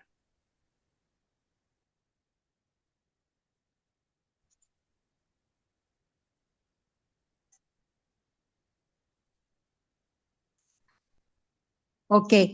ನಂಗನ್ಸುತ್ತೆ ಇದು ಅಸಂಘಟಿತ ವಲಯದವರಿಗೆ ನೀವು ಹೇಳುದು ಕರೆಕ್ಟ್ ಆಗಿ ಆಕ್ಚುಲಿ ಕನಿಷ್ಠ ವೇತನ ಐ ಥಿಂಕ್ ಅದಕ್ಕಿಂತ ಕನಿಷ್ಠ ವೇತನ ಇನ್ಯಾವ್ದು ಇರ್ಲಿಕ್ಕಿಲ್ಲ. ಐ ಥಿಂಕ್ 3 ಟೈಪ್ಸ್ ಆಫ್ ವೇತನ ನಾನು ನೋಡಿದ್ದೇನೆ, ಈಗ ನಂಗೆ ಮರ್ತೋಗಿದೆ. ಮಿನಿಮಮ್ ವೇಜು ಮತ್ತೇನೋ 2-3 ಇದೆ. ಬಟ್ ಇಟ್ಸ್ ಓಕೆ, ಕನಿಷ್ಠ ವೇತನ ಖಂಡಿತ ಮುಖ್ಯ ಆಗತ್ತೆ. ನಾವೇನ್ ಹೇಳಿದ್ವಿ, ನೀ ಹೇಳಿದ ಆರ್ಟಿಕಲ್ 21 ಕವರ್ಸ್ ಆಲ್ ದ್ಯಾಟ್, ಘನತೆಯ ಜೀವನಕ್ಕಾಗಿ ಅಂತ ಹೇಳಿ. ನಂಗನ್ಸುತ್ತೆ ನಾವು ಮಾಡ್ಬೇಕಾಗಿರೋದು ಒಂದು ಇಡೀ ಇದ್ರಲ್ಲಿ ಲೋಯೆಸ್ಟ್, ಈಗ ಅವರಿಗೆ ಬಾಡಿಗೆ ಎಷ್ಟು ಕಷ್ಟ, ಈಗ ತುಂಬಾ ಬಾಡಿಗೆ ಜಾಸ್ತಿ ಮಾಡ್ತಾನೆ ಇರ್ತಾರೆ, ಬಾಡಿಗೆ ಪ್ರಾಬ್ಲಮ್ ಆಗತ್ತೆ. ಮತ್ತೆ ಇವ್ರೀಗ ಅದಕ್ಕೆ ಕನೆಕ್ಟ್ ಆಗಿ ನಮ್ಮ ಈಗ ಒಂದು ಜಾಥಾ ನಡೀತಾ ಇದೆ ಆರೋಗ್ಯದ ಬಗ್ಗೆ ಕೂಡ, ಅಲ್ಲಿ ಕೂಡ ಹಣ ತುಂಬಾನೇ ಅಲ್ಲಿ ಹೊರಟೋಗುತ್ತೆ. ಆಕ್ಚುಲಿ ಇವ್ ನೀವೇ ಹೇಳ್ಕೊಂಡ್ರಿ, ಅವನೇನೆ ಹೇಳ್ಕೊಂಡ್ರು, ವರ್ಸ್ಟ್ ಇಸ್ ದಟ್ ಯಾವ ಹುಷಾರಿಲ್ದೇ ಇರಾಗ ತುಂಬಾನೇ ಹಣ ಖರ್ಚಾಗತ್ತೆ ಅಂತ ಹೇಳಿ ಅದಕ್ಕೆ ಸಾಲ ತಗೋತಾನೆ ಇರ್ತಾರೆ ಜನ. ಸೊ ಸಾಲಗಾರ ಹಿಂದೆ ಇವ್ರು ಬೀಳ್ಲೇಬೇಕಾಗುತ್ತೆ ಈ ಒಂದು ಇಡೀ ಒಂದು ಕಾರ್ಮಿಕ ವರ್ಗ. ಆ ಕನಿಷ್ಠ ವೇತನವನ್ನ ಲಿವಿಂಗ್ ವೇಜಸ್ ಅಂತ, I think it is living wage ಮತ್ತೆ ಮಿನಿಮಮ್ ವೇಜು, ಇನ್ನೊಂದು ಯಾವ್ದು ಮಿನಿಮಮ್ ವೇಜ್, ಆಮೇಲೆ ಫೇರ್ ವೇಜ್, ಆಮೇಲೆ ಲಿವಿಂಗ್ ವೇಜ್. ಆ ತರ 3 ವೇಜ್ ಯಾಕೆ ಬೇಕಾಗೈತೆ ಅಲ್ಲಿ? ಈಗ ಇದನ್ನೇ ನಾವು ನೋಡ್ಲಿಕ್ಕೆ ಹೋದ್ರೆ ನಮ್ಮ ಆರ್ಗನೈಸ್ ಸೆಕ್ಟರ್ ಒಳಗೆ ನಿಜವಾಗ್ಲೂ ಅವರಿಗೆ ಒಂಥರ ಈ ತರದ ತಾರತಮ್ಯಗಳು ಇರಲ್ಲ. ಬರೀ ಅಸಂಘಟಿತ ವಲಯಕ್ಕೆ ಮಾತ್ರ ಅವರಿಗೆ ನಾಳೆ ಎಷ್ಟು ವರ್ಷ ಆದ್ರೂ ಕೂಡ ಕಾಂಟ್ರಾಕ್ಟ್ ನ ಹಿಂದೆ ಹೋಗ್ಬಿಟ್ಟು ಆ ಕಾಂಟ್ರಾಕ್ಟರ್ ಕೈಯಿಂದ ಎಲ್ಲ ಸುಲಿಗೆ ಮಾಡಿಸ್ಕೊಂಡೇ ಇವರ ಇಡೀ ಜೀವನ ಅವರು I think no pension, nothing. ಯಾಕೆ ಇದು ಈ ಒಂದು ಇದ್ರೊಳಗೆ ಪೆನ್ಷನ್ ಯಾಕೆ ವರ್ಕೌಟ್ ಆಗ್ತಾ ಇಲ್ವಾ ಈ ವೇತನ ಇದ್ರೊಳಗೆ? Are they not giving pension for all these people? I think ತಾವು ಎರಡು ಪ್ರಶ್ನೆ, ಇದು ಈ ಪ್ರಶ್ನೆ 2 ಭಾಗದಲ್ಲಿ ಸ್ಪ್ಲಿಟ್ ಮಾಡೋದು ವಾಸಿ. ಫಸ್ಟ್ ಪ್ರಶ್ನೆ ಇತ್ತು ಈ ಮಿನಿಮಮ್ ವೇಜ್, ಫೇರ್ ವೇಜ್ ಮತ್ತೆ ಲಿವಿಂಗ್ ವೇಜ್. ಲಿವಿಂಗ್ ವೇಜ್ ನೋಡ್ಬೇಕಾಗಿದ್ರೆ living wage is a constitutional aspiration, it's a directive principle of state policy. ಅಂದ್ರೆ ಕಾನ್ಸ್ಟಿಟ್ಯೂಷನ್ ಒಳಗಡೆ ಇದನ್ನು ನಾವು ಹೆಂಗಾದ್ರೂ ನಾವು ಪ್ರತಿ ಮನುಷ್ಯರಿಗೆ ನಾವು ಲಿವಿಂಗ್ ವೇಜ್ ತರಿಸ್ಬೇಕು. ಅಂದ್ರೆ ಅವ್ರಿಗೆ ಅತಿ ಉತ್ತಮವಾಗಿ ಜೀವನ ಮಾಡೋದಕ್ಕೆ ಎಷ್ಟು ವೇತನ ಬೇಕು ಅಷ್ಟು ಕೊಡಿಸ್ಬೇಕು ಅಂತ. ಅದು ಬರೀ ಒಂದು ಆಸ್ಪಿರೇಷನ್, ಒಂದು ಗುರಿ ತರ. ಕನಿಷ್ಠ ವೇತನ ಒಂದು ಅತಿ ಕಡಿಮೆ, ಬಟ್ ಅದು ಬರೀ ಪಶು ತರ ಅಲ್ಲ, ಒಂದು ಘನತೆ ಆದ ಜೀವನದು ಅತಿ ಕಡಿಮೆ. ಅದಕ್ಕಿಂತ ಕಡಿಮೆ ಕೊಟ್ಟರು ಯಾರು ಮ್ಯಾನೇಜ್ಮೆಂಟ್ ಜಸ್ಟಿಫೈ ಮಾಡಕ್ಕಾಗಲ್ಲ. ಮತ್ತೆ ಅವ್ರ ಎರಡು ಮಧ್ಯದಲ್ಲಿ ಒಂದು ಫೇರ್ ವೇಜ್ ಅಂತ ಕರಿತೀವಿ. Fair wage depends on the financial condition of the management. So ಅದರ ಅಬ್ಜೆಕ್ಟಿವ್ ಅಂದ್ರೆ ಅದರ ಲಾಜಿಕ್ ಏನಿದೆ ಅಂದ್ರೆ ಕಾರ್ಮಿಕರದ ಕಷ್ಟದಿಂದ ಮ್ಯಾನೇಜ್ಮೆಂಟ್ಗೆ ಲಾಭ ಆಗ್ತದೆ, ಆ ಲಾಭದ ಒಂದು ಭಾಗ ಕಾರ್ಮಿಕರಿಗೆ ವಾಪಸ್ ಬರ್ಬೇಕು ಅಂತ. ಅದು ಯೂನಿಯನ್ ನೆಗೋಷಿಯೇಷನ್ ಅಥವಾ ಕೈಗಾರಿಕಾ ವಿವಾದದಿಂದ ಕೇಳ್ಬಹುದು. ಸೊ ಕನಿಷ್ಠ ವೇತನ ಕೇಳೋದು ಅಂದ್ರೆ ಅದು ಕಾನೂನಲ್ಲಿ ನಿಮ್ಗೆ ಕಾನೂನಾತ್ಮಕವಾಗಿ ಹಕ್ಕಿದೆ. ಬಟ್ ಅದಕ್ಕಿಂತ ಹೆಚ್ಚು ಫೇರ್ ವೇಜ್ ಕೇಳ್ಬೇಕಾಗಿದ್ರೆ ಕಾನೂನಾತ್ಮಕವಾಗಿ ಕೇಳಕ್ಕಾಗಲ್ಲ. ಬಟ್ ನೀವು ಕೈಗಾರಿಕಾ ವಿವಾದ ಎತ್ಬಿಟ್ಟು ಜಸ್ಟಿಫೈ ಮಾಡ್ಬಿಟ್ರೆ ಕೋರ್ಟ್ ತಮ್ಮ ಪರವಾಗಿ ಒಂದು ತೀರ್ಪು ಮಾಡ್ಬೋದು. ಇಲ್ಲಾಂತಂದ್ರೆ ಮ್ಯಾನೇಜ್ಮೆಂಟ್ ಜೊತೆ ಸೆಟಲ್ಮೆಂಟ್ ಮಾಡ್ಬಿಟ್ಟು ಇದು 3 ಲೆವೆಲ್ಸ್ ಆಫ್ ವೇಜಸ್ ಅಂತ ನಾವ್ ಕರಿತೀವಿ. ಕಾನೂನಲ್ಲಿ ಕೊಡ್ಬೇಕಾಗಿರೋದು ಬರೀ ಕನಿಷ್ಠ ವೇತನ. 2ನೇ ಪ್ರಶ್ನೆ ಪಿಂಚಣಿ ಫಾರ್ ಅನ್ಆರ್ಗನೈಸ್ಡ್ ವರ್ಕರ್ಸ್. ನಾನ್ ಹೇಳೋದಂಗೆ 2008 ಅನ್ಆರ್ಗನೈಸ್ಡ್ ವರ್ಕರ್ಸ್ ಆಕ್ಟ್ ಅಲ್ಲಿ ಕೆಲವೊಂದು ಸ್ಕೀಮ್ಸ್ ಇದಾವೆ. ಆಕ್ಚುಲಿ ಹಳೆ ಸ್ಕೀಮ್ಸ್ ಅನ್ನು ರೀಸೈಕಲ್ ಮಾಡ್ಬಿಟ್ಟು ಆ ಹೊಸ ಕಾನೂನಲ್ಲಿ ಹಾಕಿದ್ದಾರೆ. But for example pension scheme ಕೂಡ ಇದಾವೆ, ಮತ್ತೆ ಆ ಬೇರೆ ಬೇರೆ ತರದ್ದು ಸ್ಕೀಮ್ಸ್ ಇದ್ದಾವೆ. ಅದ್ರಲ್ಲಿ 2 ಸಮಸ್ಯೆ ಇದ್ದಾವೆ. ಒಂದು, around many of the schemes R contributory schemes, ಅಂದ್ರೆ ನೀವು ಸ್ವಲ್ಪ ಅಮೌಂಟ್ ಪ್ರತಿ ತಿಂಗಳು ಕಟ್ಟಬೇಕು. ನೀವು ಕಟ್ಟಿಲ್ಲ ಅಂತಂದ್ರೆ ಆ ಬೆನಿಫಿಟ್ ಸಿಗಲ್ಲ. ಆರ್ಗನೈಸ್ ಸೆಕ್ಟರ್ ಅಲ್ಲಿ ಕಟ್ಟಕ್ಕೆ ಅನುಕೂಲ ಆಗುತ್ತೆ, ಯಾಕಂದ್ರೆ ನಿಮ್ ವೇತನದಿಂದ ಡಿಡಕ್ಟ್ ಆಗುತ್ತೆ. ಬಟ್ ಅನ್ಆರ್ಗನೈಸ್ ಸೆಕ್ಟರ್ಗೆ ಇದು ಸಿಗೋಕ್ಕೆ ತುಂಬಾ ಕಷ್ಟ ಆಗುತ್ತೆ. ಅನ್ಆರ್ಗನೈಸ್ ಸೆಕ್ಟರ್ ಅಂದ್ರೆ ಇನ್ ಸ್ಮಾಲರ್ ಎಸ್ಟಾಬ್ಲಿಷ್ಮೆಂಟ್. ನಾವು ಕಾಂಟ್ರಾಕ್ಟ್ ವರ್ಕರ್ಸ್ ನೋಡ್ಬೇಕಾಗಿದ್ರೆ ಅವರಿಗೆ ESI ಮತ್ತೆ PF ಸಿಗುತ್ತೆ, ಮತ್ತೆ PF ಭಾಗ EPS employee pension scheme. So ಅದು ಸಿಗುತ್ತೆ ಕಾಂಟ್ರಾಕ್ಟ್ ಕಾರ್ಮಿಕರಿಗೆ. ಅನ್ಆರ್ಗನೈಸ್ ಸೆಕ್ಟರ್ ನೋಡ್ಬೇಕಾಗಿದ್ರೆ ಅವರು ಈ ಕಾಂಟ್ರಿಬ್ಯೂಟರಿ ಸ್ಕೀಮ್ ಹೋಗ್ಬೇಕು. ಮತ್ತೆ ಆ ಅಮೌಂಟ್ ನಿಜವಾಗ್ಲೂ ತುಂಬಾ ಕಡಿಮೆ ಇದೆ. ಐ ಥಿಂಕ್ ಸದ್ಯಕ್ಕೆ ಸಹ ಇನ್ನು 500 ಏನೋ ಇದೆ. ಅದಕ್ಕೆ ನೀವು BPL ಕಾರ್ಡ್ ತರಿಸ್ಬಿಟ್ಟು ಹೋಗ್ಬೇಕು, ಒಂದ್ ಸೆಂಟರ್ಗೆ ಹೋಗ್ಬೇಕು, ಕ್ಯೂ ಅಲ್ಲಿ ನಿಲ್ಬೇಕು. ಸುಮಾರು ಜನ ಮಾಡ್ತಾ ಇದಾರೆ, ಅಂದ್ರೆ ಅವರಿಗೆ ಅವಶ್ಯಕತೆ ಇದೆ ಮತ್ತೆ ಅವರು ಮಾಡ್ತಾರೆ. ಬಟ್ ಅದು ಅಂದ್ರೆ ಅವರಿಗೆ ಜೀವನ ಮಾಡಕ್ಕೆ ತುಂಬಾ ಕಷ್ಟ ಆಗುತ್ತೆ ಕಾಮ್ರೇಡ್. ಅಲ್ಲ, ಇವ್ರು ಗವರ್ಮೆಂಟ್ ನವರಿಗೆ ಏನು ನಾ ಹೇಳುದು, ಅಲ್ಟಿಮೇಟ್ಲಿ ಇಟ್ ಈಸ್ ದ ಘನತೆಯ ಒಂದು ಬದುಕು ಹೇಳುವಾಗ ಈ ಲಿವಿಂಗ್ ವೇಜ್, ಮಿನಿಮಮ್ ವೇಜ್ ಅನ್ನ ಕಿತ್ತಾಕ್ಬಿಟ್ಟು ಯಾಕೆ ಫೇರ್ ವೇಜ್ ಅನ್ನೇ ಅವರು ಇದ್ ಮಾಡಬಾರ್ದು? ಆಯ್ತು, ಲಿವಿಂಗ್ ವೇಜ್ ಆದ್ರೆ ಕೊಡ್ಲಿ directly. It is much better than the fair wage ಅಲ್ವಾ ಲಿವಿಂಗ್ ವೇಜ್? ಅದು ಲಿವಿಂಗ್ ವೇಜ್ ಏನು ಇವರಿಗೆ ಆರ್ಗನೈಸ್ ಸೆಕ್ಟರ್ ಕೊಡ್ತಿರ್ತಾರೆ? ಯಾರಿಗೆ ಕೊಡ್ತಾರೆ ಇದನ್ನ ಲಿವಿಂಗ್ ವೇಜ್ ಅನ್ನ? ಯಾರಿಗೂ ಈಗ ಕೊಡಲ್ಲ. ನಮ್ಮಂತವ್ರು ಇದ್ದೀವಲ್ಲ, ನಾವೀಗ we are from the government ಕಡೆಯಿಂದ, ನಾವ್ ವಿ ಆರ್ ಅಂಡರ್ ದ ಇದು ನಮ್ದು ಫುಲ್ ಪೇ ಸ್ಕೇಲ್ ಇದೆ. We have got pension, everything, all benefits. ಅಂತ ಒಂದು ಸಿಸ್ಟಮ್ ಅನ್ನು ಯಾಕೆ ಈ ಅನ್ಆರ್ಗನೈಸ್ ಸೆಕ್ಟರ್ ಗೆ ಅಪ್ಲೈ ಮಾಡಕ್ ಆಗದೇ ಇಲ್ವಾ? ಅಷ್ಟ್ ಕಷ್ಟನಾ ಅದು? What is wrong with the government? I don't understand. ಯಾಕೆ ಎಲ್ರಿಗೂ ಹೊಟ್ಟೆ ಇದ್ದಂಗೆ ಇವ್ರು ನಮಗೂ ಹೊಟ್ಟೆ ತಾನೇ ಇರೋದು. ಜನಗಳಿಗೆ ಕೆಲಸ ಆದ್ಮೇಲೆ ಹೊಟ್ಟೆ ತಾನೇ ಇರೋದು. ಅವರು ಮ್ಯಾನ್ಯುವಲ್ ವರ್ಕ್ ಮಾಡ್ಲಿ, ನೀವು ಬುದ್ಧಿವಂತ ಕೆಲಸ ಮಾಡ್ಲಿ ಕೂಡ, but ultimately you have to go back and have the food no for the night. ಹಂಗಿರುವಾಗ ಇದೇನ್ ನಾಟಕ ಆಡ್ತಾ ಇದಾರೆ ಇವರು? What are they trying to do here? I don't understand at all. ಸ್ವಲ್ಪನೂ ಅರ್ಥ ಆಗ್ಲಿಲ್ಲ ನನ್ಗೆ. ಆದ್ರೆ ಮೇಡಮ್, ಅನ್ಆರ್ಗನೈಸ್ ಸೆಕ್ಟರ್ ಅಲ್ಲಿ ಓನರ್ಸ್ ತುಂಬಾ ಬೇರೆ ಬೇರೆ ಜನ ಇರ್ತಾರಲ್ಲ, ಅವ್ರು ಸಂಬಳ ಕೊಡೋದಲ್ಲ. ಆರ್ಗನೈಸ್ ಸೆಕ್ಟರ್ ಅಲ್ಲಿ ಸರ್ಕಾರ ಸಂಬಳ ಕೊಡುತ್ತೆ. ಅನ್ಆರ್ಗನೈಸ್ ಸೆಕ್ಟರ್ ಅಲ್ಲಿ different owners, they will give salaries to the labourers. ಈಗ ಅವ್ರ ಕಡೆಯಿಂದ ತಕರಾರು ಬರುತ್ತೆ, ಮತ್ತೆ ಅವ್ರಿಗೂನು ಹೊರೆ ಆಗ್ಬಾರ್ದು ಅಂತ ಹೇಳಿ. ಅಲ್ಲ, ಆರ್ಗನೈಸ್ ಸೆಕ್ಟರ್ ಅನ್ನ ಹೇಳ್ಬೇಕು ಅವರು. ಎಷ್ಟೋ 30ಕ್ಕಿಂತ ಜಾಸ್ತಿ ಜನ ಇದ್ರಲ್ಲಿ organised, something like that. I think it something to do with the number of people employed ಇರ್ಬೋದು. ಮತ್ತೆ ಅಲ್ಲಿ ಕೂಡ ನಿಮ್ಮ ಎಲ್ಲಾ ತರದ ಈ ಕಾರ್ಮಿಕ ಇವರ ಸರ್ಕಾರಕ್ಕಿಂತ ಜಾಸ್ತಿ it is unorganised, it is other sector like ಖಾಸಗಿ ವಲಯ. ಐ ಡೋಂಟ್ ಥಿಂಕ್ ನಮ್ಮ ಸರ್ಕಾರದ ವಲಯಲ್ಲಿ ಇದಿದೆ ಕೊಂಡು ಅವ್ರನ್ನ ಕೇಳ್ಬೇಕು. ಏನ್ ಮೇಡಮ್? ಇಂಪಾರ್ಟೆಂಟ್ ಕ್ವೆಶ್ಚನ್ಸ್ ತಾವು ಎತ್ತಿರೋದು. ಇದನ್ನು ಖಂಡಿತ ನಾವು ಸರ್ಕಾರಕ್ಕೆ ಪ್ರಶ್ನೆ ಮಾಡ್ಬೇಕಾಗುತ್ತೆ.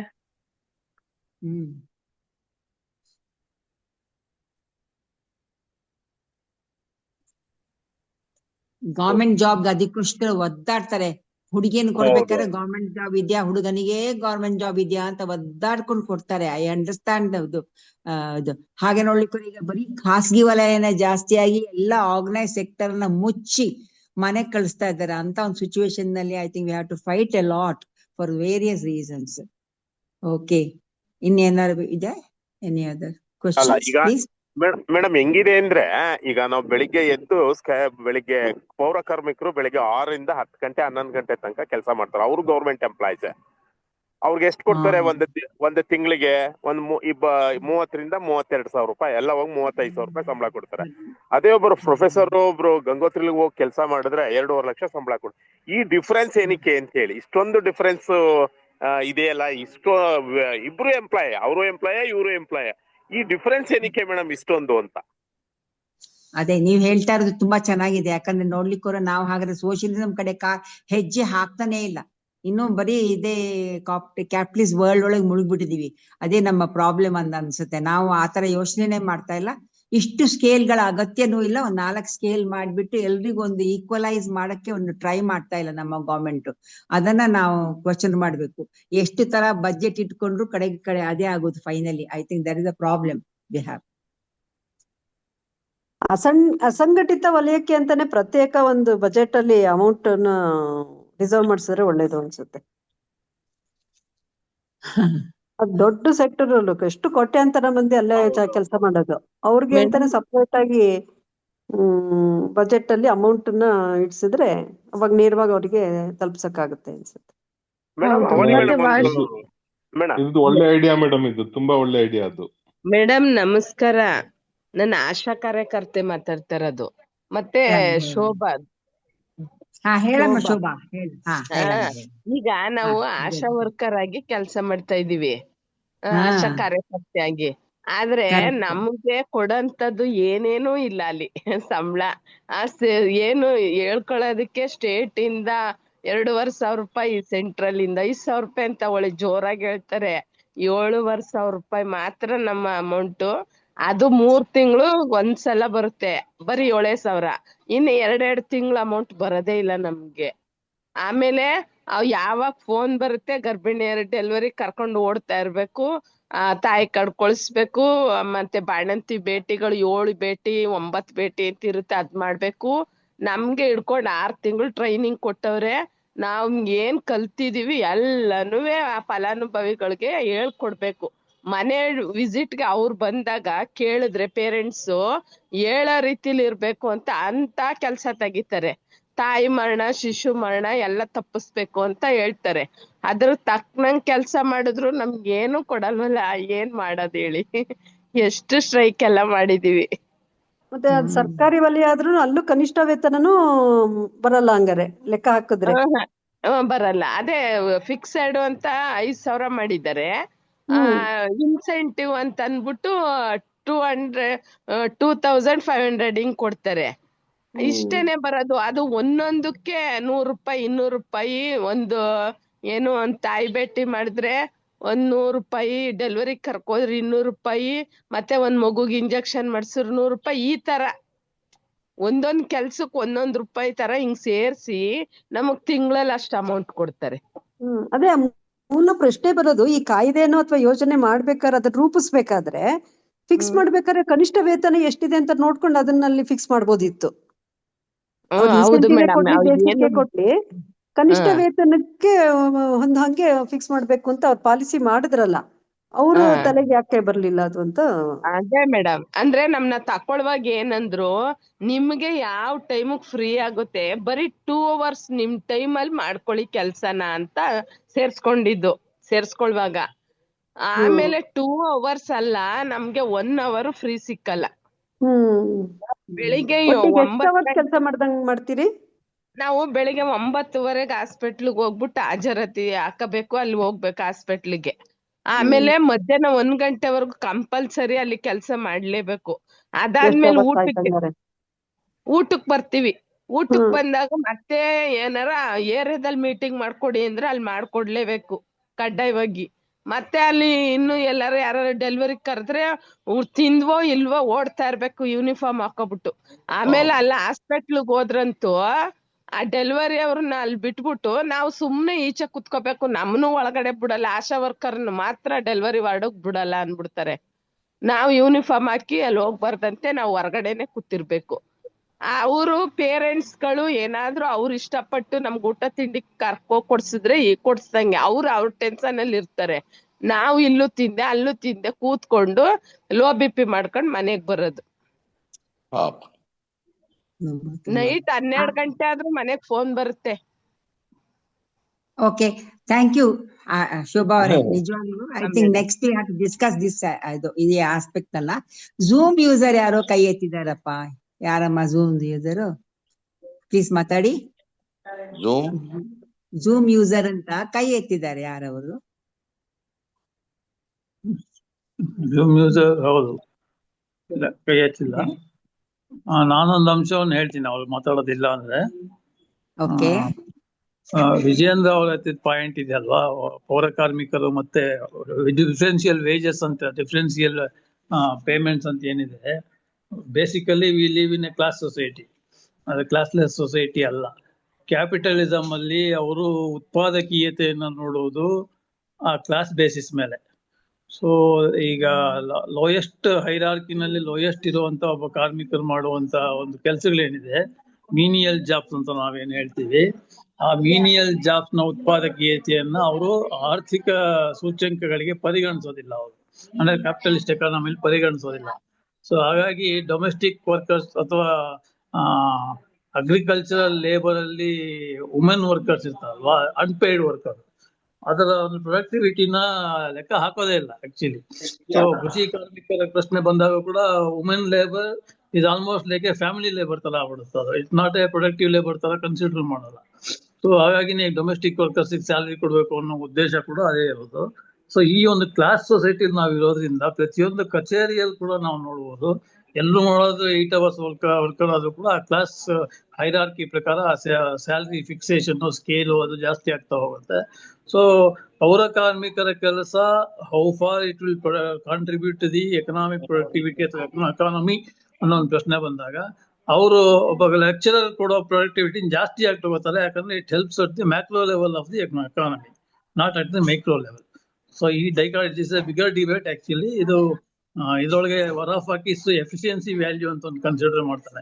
ದಿ ಎಫಿಷಿಯನ್ಸಿ ವ್ಯಾಲ್ಯೂ ಅಂದ್ರೆ ಸರ್ಪ್ಲಸ್ ವ್ಯಾಲ್ಯೂ ಬೇರೆ, ಎಕ್ಸ್ಚೇಂಜ್ ವ್ಯಾಲ್ಯೂ ಬೇರೆ. ಎಫಿಷಿಯನ್ಸಿ ವ್ಯಾಲ್ಯೂ ಅಂತ ಏನಿದೆ ಅದನ್ನ ಈ ಒಂದು ಕೆಳಸ್ತರದ ಕಾರ್ಮಿಕರು ಮಾಡುವಂತ ಕೆಲಸಗಳಲ್ಲಿ ಅವ್ರು ಎಷ್ಟೇ ಕಷ್ಟಪಟ್ಟು ದುಡಿಮೆ ಮಾಡಿ ಒಂದು ಕಾಂಟ್ರಿಬ್ಯೂಟ್ ಮಾಡೋದು ಕೂಡ ಎಫಿಷಿಯನ್ಸಿ ವ್ಯಾಲ್ಯೂ ಕೌಂಟ್ ಬರೋದಿಲ್ಲ. ಅದನ್ನ ಅವನು ಬ್ಯಾಂಕಿಂಗ್ ಇಂಡಸ್ಟ್ರಿನಲ್ಲಿ ಒಂದು LIC ನಲ್ಲಿ ಒಂದು ಕ್ಲರಿಕಲ್ ಸ್ಟಾಫ್ ಕೂಡ ಅಪ್ಲೈ ಮಾಡ್ತಾನೆ. ಸೊ ಇದೊಂದು it's an issue with wider debate. ಒಳ್ಳೆ ಎಕನಾಮಿಕ್ಸ್ ಪ್ರೊಫೆಸರ್ ಯಾರ ಕೇಳೋಣ ಇದ್ರ ಬಗ್ಗೆ ನಾವು ಮಾತಾಡಿಸ್ಬೋದು ಅಂತ ಹೇಳ್ತೀವಿ. Anyway Avani's talk was very good, very informative and ಬಹಳ ಅಂಶಗಳನ್ನು ಅವರು ಹೇಳಿದ್ದಾರೆ. ಇದ್ರ ಬಗ್ಗೆ ಇನ್ನೂ ಚರ್ಚೆ ಮಾಡೋದಿದೆ, ಮುಂದಿನ ದಿನಗಳಲ್ಲಿ ಮಾಡೋಣ. Thank you. ನಾನೊಂದು ಇಂಟರ್ನ್ಯಾಷನಲ್ ಕ್ವಶನ್ ಕೇಳ್ತೀನಿ. International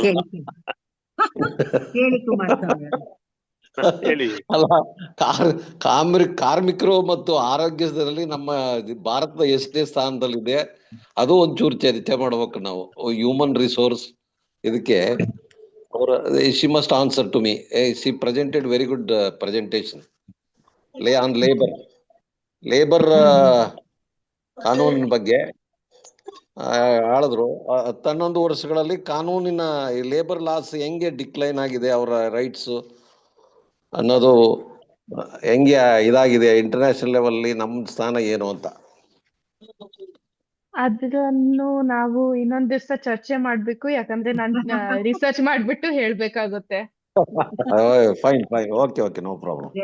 very good yeah madam, ಒಂದೇ ಒಂದು ಕ್ವಶನ್ ಹೇಳಿ.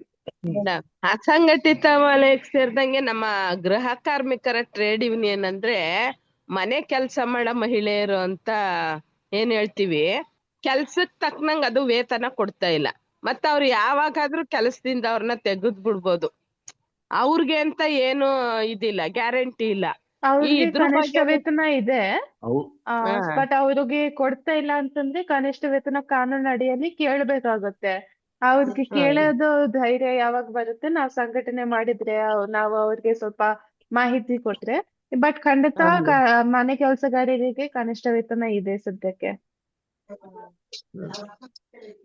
ಮೇಡಮ್ ಒಂದ್ ಇದು ಜನರಲ್ ಕ್ವಶನ್ ಏನಂದ್ರೆ, ಈ ಫ್ಯಾಕ್ಟ್ರಿಗಳ ಲಾಕ್ಔಟ್ ಆಗುತ್ತಲ್ಲ ಮೇಡಮ್, ಸುಮಾರು ಫ್ಯಾಕ್ಟ್ರಿಗಳು ಮೈಸೂರಲ್ಲಿ ಲಾಕ್ಔಟ್ ಆಗ್ತಲ್ಲ, ಆಗ ಲೇಬರ್ ಕೋರ್ಟ್ಗೆ ಹೋದ್ರೆ ಆ ಲೇಬರ್ ಕೋರ್ಟ್ ಅಲ್ಲಿ 99% ಎಲ್ಲ ಮ್ಯಾನೇಜ್ಮೆಂಟ್ ಕಡೆಗೇನೆ ತೀರ್ಪಾಗಿರೋದು. ಫ್ಯಾಕ್ಟ್ರಿ ಲಾಸ್ ಆಯ್ತು, ನಾವೇನು ಮಾಡಕ್ಕಾಗಲ್ಲ ಅಂತ ಟೈಮಲ್ಲಿ ಈ ಸಂಘಟಿತ ಕಾರ್ಮಿಕರೇ ಆಗ್ಲಿ, ಯೂನಿಯನ್ ಇರ್ತದೆ, ಟ್ರೇಡ್ ಯೂನಿಯನ್ ಎಲ್ಲ ಹೋರಾಟ ಮಾಡೋದು ವ್ಯರ್ಥ ಆಗ್ತಾ ಇದೆಯಲ್ಲ ಮೇಡಮ್?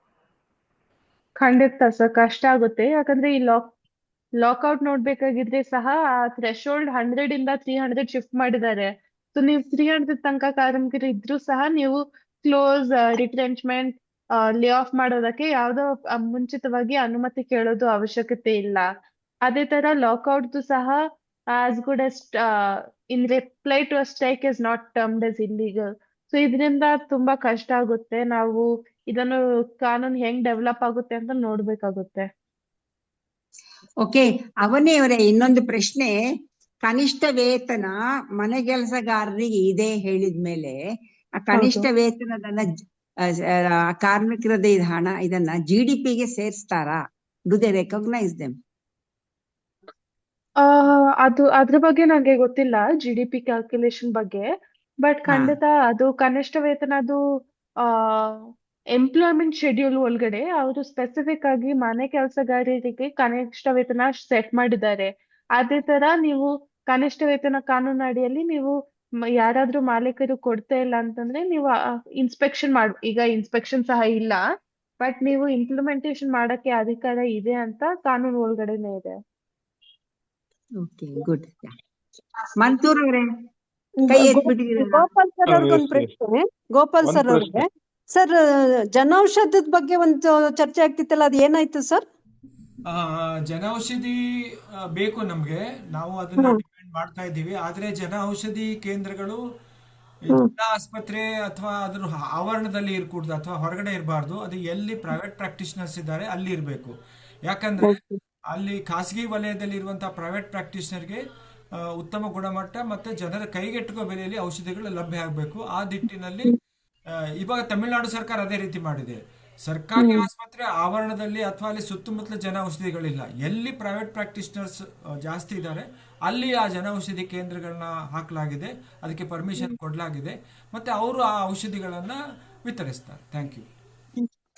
ಓಕೆ, ಮನ್ಸೂರ್ ಅವರೇ ಎಸ್ ಮೇಡಮ್, ಕೈ ಎಸ್ ಎತ್ಬಿಟ್ಟಿದ್ದೀರಿ. ಎಸ್ ಹೇಳಿ. ಅವನಿಯವರು ತುಂಬಾ ಚೆನ್ನಾಗಿ ಎಕ್ಸ್ಪ್ಲೇನ್ ಮಾಡಿದ್ದಾರೆ. ಒಂದು ಪ್ರಶ್ನೆ ಇದೆ ಮೇಡಮ್, ಇದು ಲೇ ಆಫ್ಸ್ ಬಗ್ಗೆ ಏನಾದ್ರೂ ರೂಲ್ಸ್ ಚೇಂಜಸ್ ಇದಾವ? ಇವಾಗ ಏನಿದೆ ರೂಲ್ಸ್ ಪ್ರೆಸೆಂಟ್ಲಿ?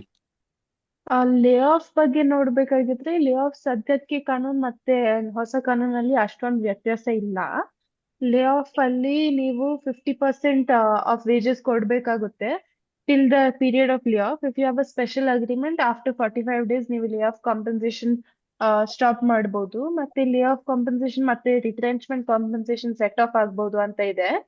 ಬಟ್ 100ಕ್ಕಿಂತ ಹೆಚ್ಚು ಕಾರ್ಮಿಕರು ತಮ್ಮ ಸಂಸ್ಥೆಯಲ್ಲಿ ಇದ್ರೆ ತಾವು ಲೇ ಆಫ್ ಮಾಡಕ್ಕಿಂತ ಮುಂಚೆ ಅನುಮತಿ ಕೇಳ್ಬೇಕು ಅಂತ ಕಾನೂನು ಒಳಗಡೆ ಇದೆ. ಆ 100 ಕಾರ್ಮಿಕರಿಂದ 300 ಅಂತ ಮಾಡಿಸಿದ್ದಾರೆ. ಸೊ 300 ಕಾರ್ಮಿಕರು ತನಕ ನಿಮ್ಗೆ ಯಾವ್ದು ಅನುಮತಿ ಕೇಳಕ್ಕೆ ಅವಶ್ಯಕತೆ ಇಲ್ಲ, ನೀವು ಡೈರೆಕ್ಟ್ ಆಗಿ ಲೇ ಆಫ್ ಮಾಡ್ಬೋದು ಅಂತ ಈಗ ಇದು ಒಂದು ವ್ಯತ್ಯಾಸ ಆಗ್ಬಿಟ್ಟಿದೆ. Okay, so that is actually a negative thing only, Yes, the change. yes. Thank you, madam. Thank you. Okay, if there are no more questions, I think we shall say thank you very much to Avani. Thank you, comrade. I think, yeah, next time we'll think of some other topics. ಈಗ ಸುಮಾರು topic ಈಗ ನೋಡ್ಲಿಕ್ಕೋರೆ ಇವತ್ತಿನ ಇವರು ಗೋಪಾಲ್ ಅವರು ಹೇಳಿದ್ರಲ್ಲ, doctor Gopal ಅವರು ಮಾತಾಡಿದ್ರಲ್ಲ, ಔಷಧಿ free ಕೊಡೋದು ಎಲ್ಲ, it comes under the one of the codes ಅಲ್ಲ. 4 ಕೋಡಲ್ಲಿ one of the code deals with all these things. Am I right? One of the ಆರೋಗ್ಯ, Occupational safety is there. Occupational safety and health code. Okay, that also, yeah, it comes under that also. So I think let us now say thank you very much for Avani. It was a wonderful discussion that we had. Tumba questions ide. I think we'll think of some other presentations later on in the system, because labor code, 4 labor code ಗೆ ಬರೀ 45 minutes ಸಾಕಾಗಲ್ಲ. That's why your focus was really good. that ಅಸಂಘಟಿತ ವಲಯವನ್ನೇ ನಾವು ಮಾತಾಡ್ಬೇಕಾಗಿದ್ದು. ಮತ್ತೆ ಆಶಾ workers ಕತೆ ಹೇಳ್ಕೊಳ್ತಾ ಇದ್ದಾರೆ. ಬೇಕಷ್ಟು ಈ ತರದ ವರ್ಕರ್ಸ್ ಇದ್ದಾರೆ ನಮ್ಮೊಳಗೆ, ಒಂದು ಪವರ್ ಕಾರ್ಮಿಕರು, ಆಶಾ ವರ್ಕರ್ಸ್ ಹಾಗೆ ಬೇಕಷ್ಟು ಇದ್ದಾರೆ. I think we have to now discuss all those things later on and find out what exactly as a group we can do, or whatever it is going to help them out. Thank you very much, Avani. Thank you, comrade. Thank you very much. Thank you, madam. Good night. Thank you very much, Good madam. night, Good night, everybody. good Good night. night. Thank you very much. Thank you, Avani ji. Thank you. Thank you, Avani. It was wonderful. Yeah, good. Okay.